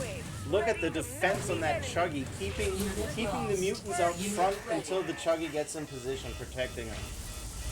Oh, unfortunate there. It doesn't look like he's going to get onto the pad, but no block there from the bikes. Can he get there? Oh, he does. Gets the stall with the Shocks there and boosts the Predator Tank. Nice move, as he is going to clear up the Chem Buggy, and he does. Nice snipe there. Very good retargeting on the tank, but of course, doesn't really matter. Unfortunate there is he wasn't able to hold the pads long enough with the dogs on the top pad, and well, that gives Sourpuss missile number 1. Terran is already on his back foot here, and Sourpuss still has tricks up his sleeve in case he gets overwhelmed by the tanks. he can always bring out some laser drones. And then Terran has to make a slingshot, which he doesn't want to do. That's correct. Yeah, the slingshot could be a bit of a problem, right? Because, of course, the mutants will do a real good job of clearing those up, and then he's going to have to really fight to protect it, because laser drone spam could potentially be a thing. Yeah. Unit enhanced. Oh, those boosts. He's just never getting any value out of these boosts. Oh, I spoke too soon. I spoke too soon. Well, he did manage to get that first shot, and now got the second one, clearing up that chem buggy. Of course, one of the important tools for that Predator tank is the fact that it two-shots a chem buggy, so a big advantage in that sense. But you got to give a lot of credit here to Sourpuss. He's been really fighting really hard, but look at him. His economy has finally dropped out. Losing that chem buggy was a bit too much for him, as this mutant and the militants just aren't going to be enough. And there it is, Terran coming back with missile number 2. Launched. I was so sure Sourpuss was going to bring out laser drones. You know, it's fairly cheap to bring out laser drones. Now he's doing it. It's his wild card. Terran doesn't know he has it in the deck. He should use it at the last moment to steal a pad. And so far, yeah, he looks like he's trying to do that, but now he's just really pushing back this Predator tank with the boosted slingshot, just going to completely work these out. There they go. The slingshot isn't really taking a lot of shots, but the one thing is, now Sourpuss has forced this answer out of Terran, and this top cap is being used up by the slingshot, so if there's some way for Sourpuss to maintain a foothold here without relying on laser drones, it's possible that he could use the slingshot to his advantage, but hard to say. We got this low hit point Predator tank and Shock Trooper down there that are a little bit scary. Unit enhanced. Unit ready. Okay, here we go. Sourpuss now on both pads and really just making a nice game here. There it is. Terran just could not fight in the end, and that slingshot really did prove to be a bit of an issue, as it went down to the mutants at the end and then really didn't allow him to come back in time. So really well played there from Sourpuss, and that puts him up at 2-2. So now it's an even series. That was all over the place. That went back and forth. Oh yeah, Yeah, it for sure did. Prediction was wrong. I mean, it was close. Terran almost close. got on that pad. You know, the Razorback was just about to reach that far pad. He had the Predator on the bottom pad. If the timing would have been a little bit better. And then he had full map control at one point, and then that was all over the place. That was very well played. Lots of back and forth. I think these players are very equally matched. They are. Yeah, out of all the players out there, I mean, there aren't too many that can really go toe-to-toe with guys like Sourpuss or Quasar, and these two are probably some of the few that can actually do that against each other. I mean, maybe Alicia, but even then, Alicia she's sometimes in a class of her own. But still, yeah, like the fact that these two are really going back and forth does demonstrate a lot about how good these guys are. Because how many players could you say that about? Not too many, I think. Indeed, indeed. They've put on quite a good show. They have, yes. It's been a good, worthwhile investment of our fortunes. It's been very good. Yes. But we expected no less, because of course you would expect us to bring the best. Well, that's what we're all about here. So he isn't called His Excellence for no reason. It is because of the excellence. Exactly. Exactly, Entsorger. I knew there was a reason I kept you around. Oh, we have a map pick now. Frozen Road. Okay. Frozen Road. Now I'm trying to remember that map. It's not like Cracked Ice. It's not like, what does Frozen Road look like? It's a 3-pad map, isn't it? I think so. As soon as we have a code, I think so. we can have a gander. I usually know most of the maps, but I have to admit I've forgotten this one. Yeah, it's a 3-pad Good job, map. Kenny. Yeah. And it's in Kenny has Tiberium displayed League the map right for now. us. Frozen Road. Yes. Yeah, okay, yeah. I remember this map. Yeah, sometimes you might see pressure on the harvesters at the top. The tip fields are all they're all concaved at the top of the map there. So sometimes you see a bit of harvester pressure, but this is really just like a decent 3-pad map at the end of the day. But why Frozen Road? That is always the question, is it not? Like, why would you choose this map? What are you intending to bring that will bring success? Because this is Quasar's map choice here. He's the one who lost the last game, so he's decided on this map. And I don't know, it doesn't seem like it would be a good choice for any of the tank decks he's playing. Although, actually, no, that's not true. This could work out. But the problem, I think, would be Giga, right? Sourpuss could just play Giga, and that would be a very sad day for Quasar. Yeah, but it's not the greatest of Giga maps, because the Giga sits exposed. Yeah, true. There's a rock to land on for air. There's That's definitely true. better Giga Yep. maps. And these two players don't play Giga, do they? Like, it's very rare to Sourpuss see. does. Yeah, but not. Sourpuss not, would, but not Terran, I He think. does, but not that often, and not in tournaments, because Yeah, losing true. losing a Giga to an Inferno is a little bit too unforgiving. I don't think they'll that's a risk good point. All right, well, Kenny, hit the button.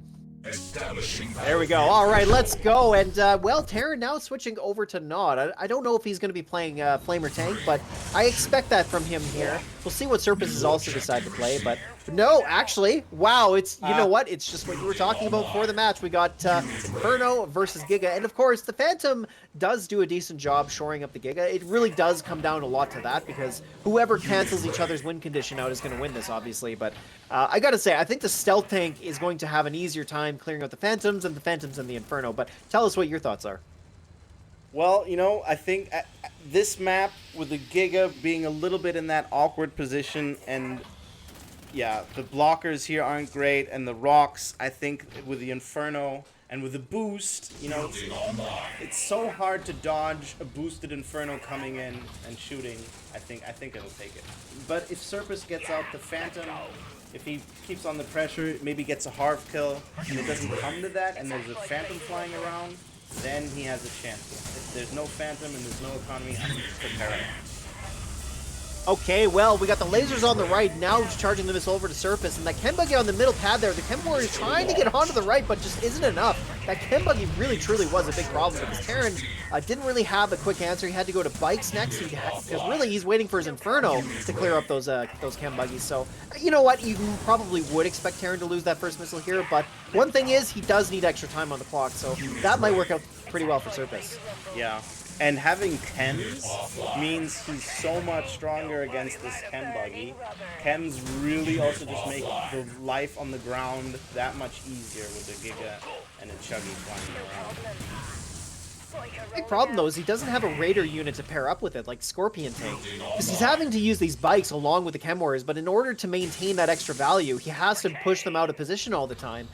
Whereas with a Raider unit, at least you could sit them in one place and, you know, take out the lasers or something. So, I don't know. It's hard to say. I think this Inferno, though, here we go. Look at this. It's coming out now, and this is, of course, going to be the main tool that Terran needs to take down Sourpuss's Giga Cannon here. And a real problem, though, is that going to be just getting at it. He does manage to move the Chem Buggy up just far enough so that second shot doesn't clear up the Chem Buggy. So that was a really nice move from Sourpuss there. And here we go. Chem Buggy, or the Giga Cannon is now fully charged up. It's going to get some real damage here. But the bikes move up, and there it is. Wow. Oh, man, it looked like Terran was going to make a comeback, but nope. Sourpuss, and that Giga was just too much. Yeah, there was a little bit too much of a delay. The hesitance there with the Inferno means it took too much damage. You know, you have to decide, even if you don't get your optimal shot, then it's probably better to take out a unit and reload and boost or something than to hang around and take bike volleys like he did there. Because losing that Inferno was pretty much set it in stone that he would lose. He couldn't come back from losing the Inferno. That was the key unit, the only thing his only out for that game. And yeah, especially being on the back foot there. Tough. Well, Chem Buggy, I mean, Chem Buggy was just such a big problem. Like you said, I mean, the Chem Warriors definitely help against the Chem Buggy, but he didn't have anything to really come up behind and shore that up. So I don't actually understand why he played Chem Warriors in that deck. I get, like, so I guess in one way, with the way you look at that, is like the Chem Warrior versus the Chem Buggy equation. So maybe in the mirror match, the Chem Warriors help to continue to shut down the lasers without needing Chem Buggy to do that, because obviously you're not going to do that with Militants once you got Infernos coming out. So that's probably the thinking behind it, but at the same time, the Chem Warriors were so expensive, and they were just so lackluster because he had nothing else to really pair with them, because the bikes just weren't good enough. You really do need a Raider unit to go with those. Yeah. So a little bit too bad there, because the Chem Buggy was just so dominant for Sourpuss throughout that whole game. Yeah, and of course the Giga too. I mean, the Giga did some stuff at the end there as well. You know, not ignoring that, but the Chem Buggy just seemed like it was the most impactful unit for Sourpuss there. Indeed, yeah. If you play chems, you definitely need something to follow up the space that it creates. Yeah. You know, it's either laser drones or a tank or something of that nature.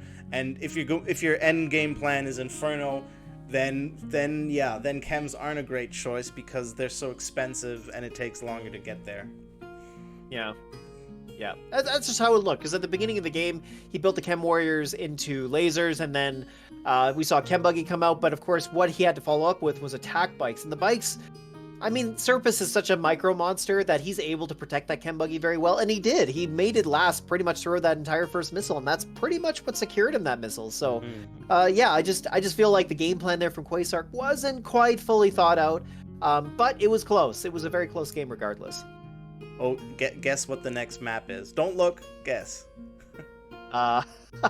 What could be the next map? I have no idea. Canal Row, perhaps? No, one more guess. I'm sure you must know. If it's not that. Could it be perhaps Middle Oasis? Indeed. Of course it is. Of course it is. Oh, man.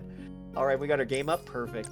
Yeah, it's one thing when that's decided for you. It's a total other thing to request it in a tournament. Yeah, for sure. Yeah, well, you're right. No, absolutely. Playing on ladder versus a tournament, totally different scenario. Well, okay, is this going to be a Middle Oasis or is this going to be a Middle Nightmare? Let's jump into this game and find out. Yep. Let's see if there's any water in the middle. That's right, yeah. Or how delusional they were picking this map. Okay, well, I mean, they're both going to be playing Nods, so, okay, both playing tank decks, and it's actually, in this case, Sourpuss bringing the Chem Warriors here makes some sense, but I do think the Flamers are just a better value choice overall. And then he's also got Stealth Tank, which, I don't know, on a map like Middle Oasis, don't you think a flying unit would be better? Probably, yeah. I'd have to agree with you there. I'm surprised they're not rushing each other. Bio brought us more action in that regard than these two guys. That's right. Yeah, where's the rushing? Come on. Please, Yeah. Jürgen Perr here. Come on. Gosh. Now, well, good move there at the beginning from Terran. You saw he put the wheels in the position of where the Harvester was going to go. So Sourpuss actually went Harvester first, which is a little bit risky, as we've seen, where if, one person rushes and you just leave your Harvester out bare like that, well, it can throw you out of the game. But, yeah, Terran very smartly put the wheels there in the position where the Harvester was. He knows how to play this map. Sourpuss, he just didn't care. It's like, you know what, Terran? He's a nice guy. There's no way he'd do that, right? No. Yep. So there we go. The wheels do a fairly good job on Middle Oasis because of that Tiberium damage that they often take. All kinds of Oh, for sure. Yeah. Yeah. Well, and the extra movement speed helps them get to the pads a little bit faster.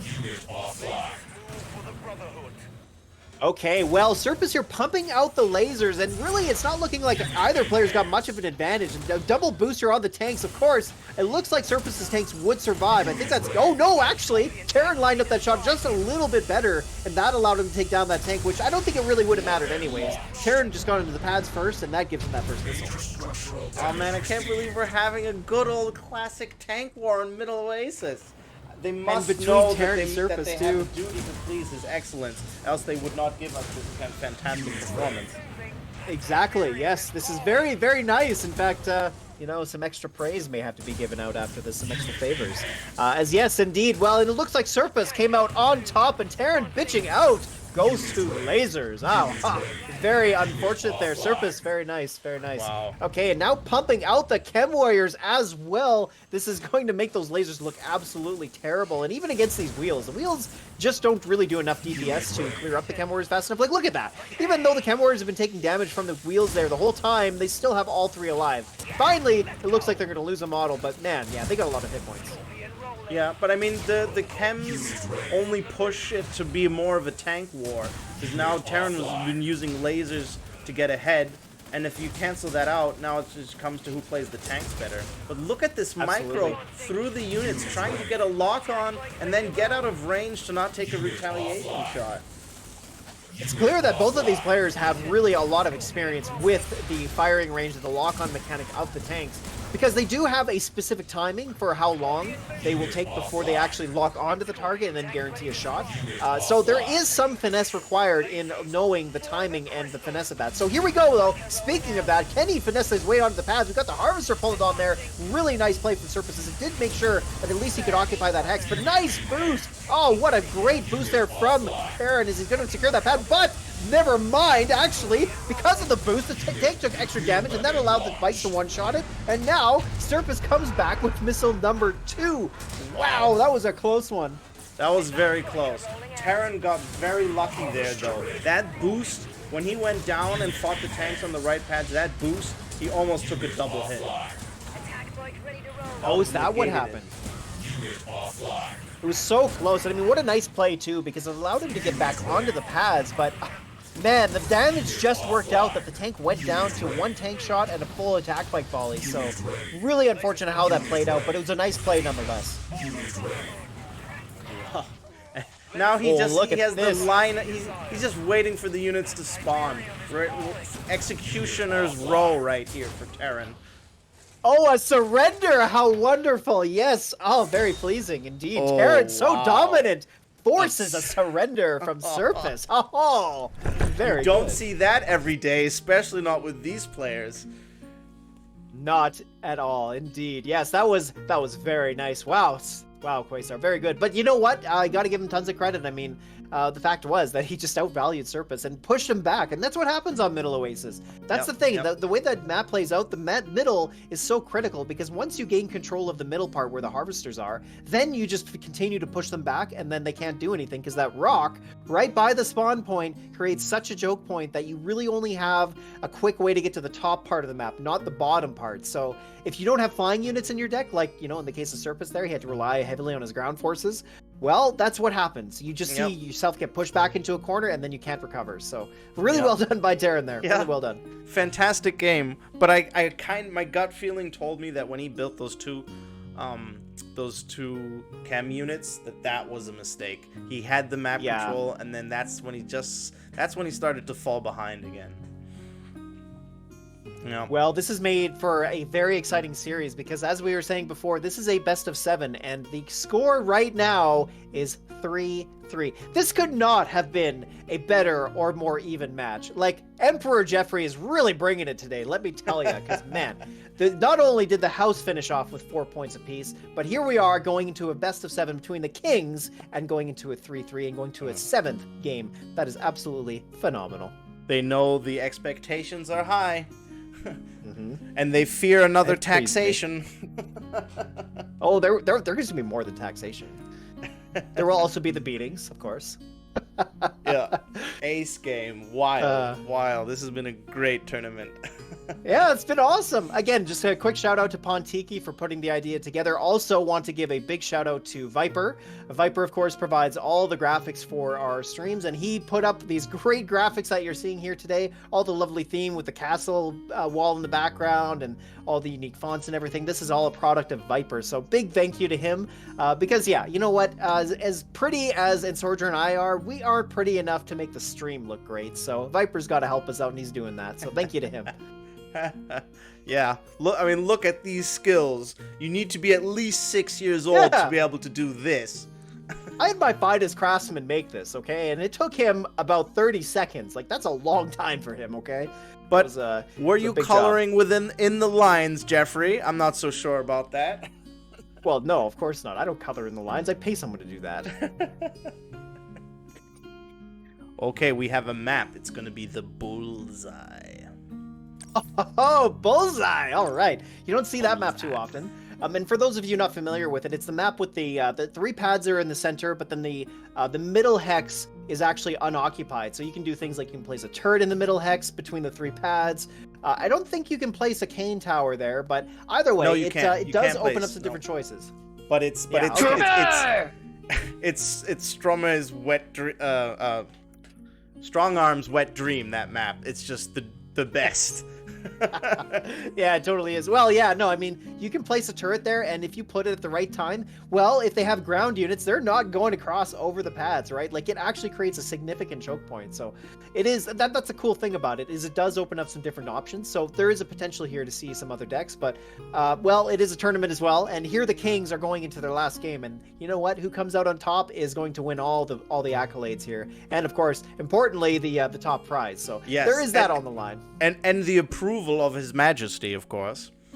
Well, that is the greatest prize of all. That is the greatest prize of them all. The money is fine, but, you know, it's really my praise. That's what you're asked for, I know. Yes. All right, well, Yep. So I wonder what kind of decks we're going to see. I don't know. I mean, we've been seeing a lot of the same things so far. A lot of Inferno, a little bit of Giga, mostly tanks.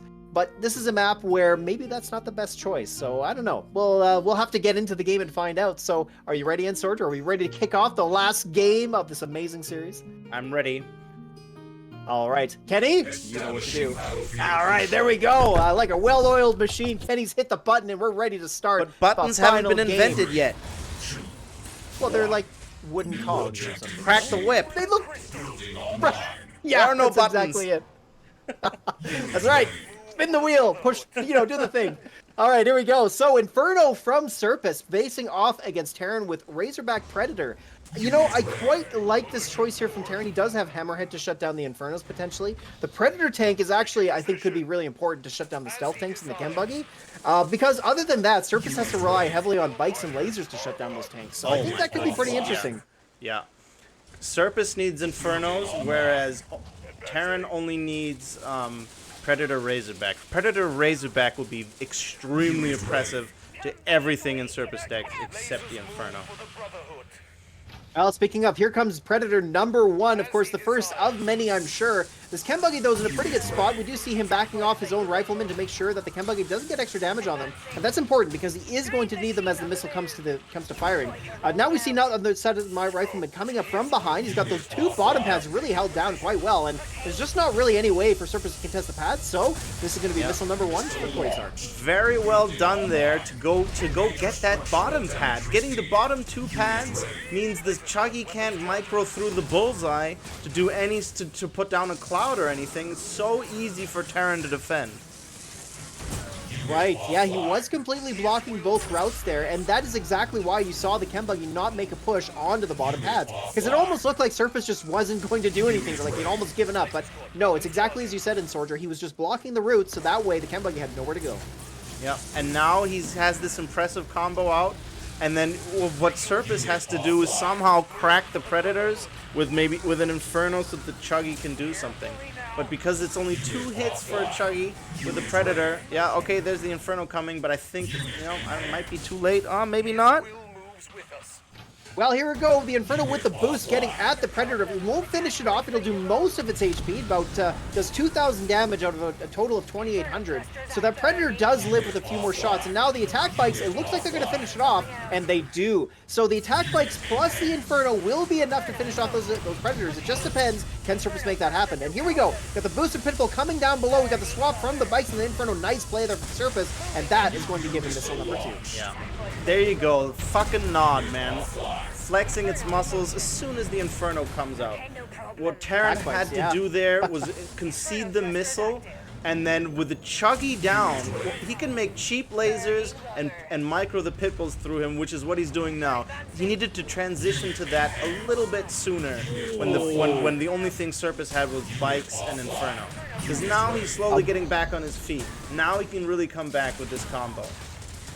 It's looking pretty good, although, gotta say, Sourpuss there put a boost on that Inferno just as it went down to that Pitbull, not probably realizing that it was one shot from that Pitbull, but either way, a bit of a loss there in terms of money, and that's kind of important, because, of course, if Terran starts to push back like you're suggesting, Entsorger, then he's going to lose economy, and that's going to make it very hard for him to come back with these Infernos, and look at that, Hammerhead now taking it down. The question is, though, can Terran finish this off? He's so close to victory, he can almost taste it. That Razorback with the boost comes in hot. The chem buggy with the boost as well, clearing up the missiles, and it looks like he's got it. Can he clear up this right pad? He's got the Pitbull coming from the right, the Hammerhead coming up from the bottom, and the Razorback clearing up the missile. The chem buggy on the bottom. Is it going to be enough? The bikes are going to get the block on the Pitbull on the top, and the Harvester coming around, but looks like he's not going to try and micro it around the top. The Razorback now going down to the bikes, and Sourpuss with that masterful dancing nearly takes the top pad, but what a brilliant boost there from Terran just to get that Pitbull back on there. And now with enough time, the lasers do just manage to make it from behind, but he doesn't have anything to contest them with. He's going to have to go missile on laser action here,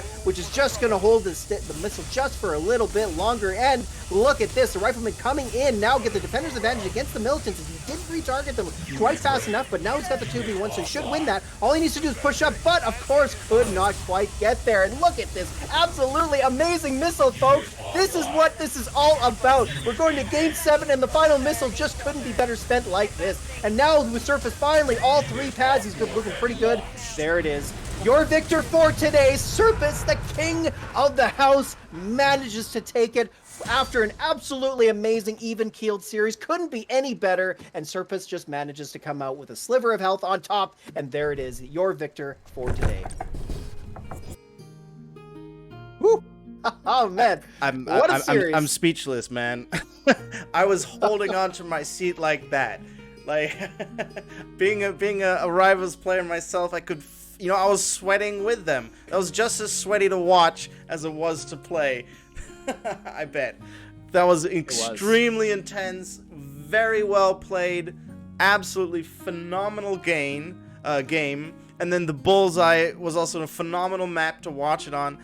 But once again, that nod, man, that nod, those cheap bikes give you so much, like, you have an exchange, and then whichever way it goes, maybe you fall behind a bit as the nod player, the bikes get there so fast, and then they're so useful, but they replenish so fast and so effectively. And, I think, Nod just has the upper hand having fast bikes, pretty much. And there was one window where maybe Quasar could have gotten a little bit more value out of the Hammerhead if he would have used its radar function. There's a you don't actually have to land. If there's no hex that you can occupy, you can also just dance with it and it'll fire. Could have maybe, he could have maybe gotten the Inferno a little bit faster and then been able to kill something else, micro something else. But either way, amazing games, very well played. That was an epic finale right there, man. Wow, my goodness. It could have been any better. I mean, these guys have been playing for weeks offline, I think 6 weeks or so. And so this has been a build-up, right? Like, these guys have been playing each other all throughout. And here we brought the best of the best. We took the top 10. We divided them into 2 teams. And, I gotta say, going into this, I really thought Sourpuss had a bigger advantage than they did. Like, having Victor and Sweats on your team, pretty nice, right? But then Oga's too. I mean, Oga's kind of came out of left field. Although, having said that, like, he is really good. House of It's just that I think, like we were talking about before, he's really started to improve a lot. And now he's somebody to watch out for. Like, he's definitely going to be one of those names where you can't count him out. He took down Maximus in 2 games to nothing, And yeah, like I said, I think Sourpuss, it looked like on paper, maybe he had the slightly better team. And certainly he did end up winning. But you know what? It was so close. It went 4-4 for the regular part of the stream, and then the last finals went to game number 7. I mean, it just doesn't get any better than that. And I gotta say, what a big, amazing event this was. Again, thank you to Pontiki for the idea, for putting this together. Thank you to Kenny for all of your administrative help. Thank you, Entsorger. Thank you so much for doing this with me. And it's been, wow, what an event it's been. Really, really amazing. And I think there are some things to be done left. It looks like for the teams, so the house for Sourpuss, they're going to win the prize pool of $90. It looks like we got a little bit extra in there, so thank you very much to everybody for that. That's wonderful. And that's going to compose of, Sourpuss, that'll be Victor, Bansimer, Maximus, Swess, and Jodabin. So that is the team that won today. Of course, would like to mention the other team, Quasar of Copycat, Huckinator, Ogas, and Bia. You all made this an exceptional, really exciting event. This was really some of the best quality Rivals games I've seen since I've done commentary for the game. So it was really, really a phenomenal event, and I hope you guys enjoyed it. It was really great. Yeah, and very little Giga, all things considered. So yeah, you're right. Yeah. And another shout out to our donators, because the Legion teams runs on beer. So thank you for all the beers. Punisher, TT, and Mr. Anonymous, who donated to us and to the prize pool that makes this happening. Remember, the king needs his taxation. Yes, exactly. Yeah, give me your money, okay? No, I'm just kidding. No, really, that was so generous of you guys to add to the prize pool, and yeah, just always a good time when we get together and play some Rivals. So, any last thoughts, Entsorger? I mean, that was so fantastic. Really, probably the best tournament I've ever hosted. Best one in a long time. I can't wait for the next one. I think this is a fun format. Maybe we can expand on it. We'll see what the future brings. Definitely. All right. Well then, I will say good night, and until next time, my lord. Yes, indeed. Until next time. You did well today, Entsorger. You may live to tell the tale. Yes. Safe travels. Oh, hold on. Just a second. Oh, We have 3 more giveaways. we have do? 3 more giveaways. Do we really? Oh. I thought we. Hold on a minute. I thought we Like only two had 2. viewers. Am I being this generous, Kenny? You're not telling the truth here, are you? You didn't actually promise. Oh yeah, this but we much, did we? no. I'm just kidding. We already mentioned that. Two vanity goes to the first team and 1 to the second team. I thought it was okay. Oh, I see. Okay, so we're gonna roll for the players. Okay, I see. So, hold on a minute here. Let me get you a little something here for you, Entsorger, because I'm feeling generous. Oh, I see. I'll put the numbers next to the names for you. And Yeah, I then you remember can draw. what is it? 1, 2. There we go. But we Okay, need to so- we need to split the teams because 1 gets 2 and 1 gets 1. Oh, I didn't put them in the correct order. Hold on. I didn't split them up.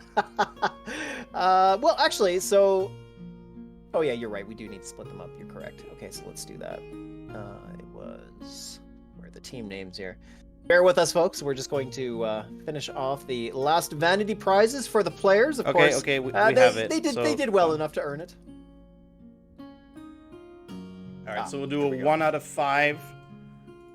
And let's turn on Firefox. That is number 3 for Team Sourpuss, good. so that's Maximus. Ah, very good. Yes, Maximus. And then Some again, vanity.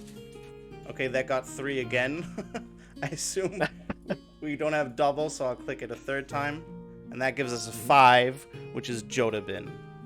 Ah, excellent. And Jodabin for Team Maximus have one Quasar, vanity. I shall click 1 more time. And that will give us another 3. And that is Huckinator.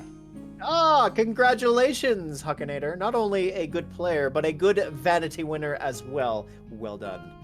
Congratulations, dudes. Well deserved. Indeed, yes. Okay. Very well deserved. Now we may sign off.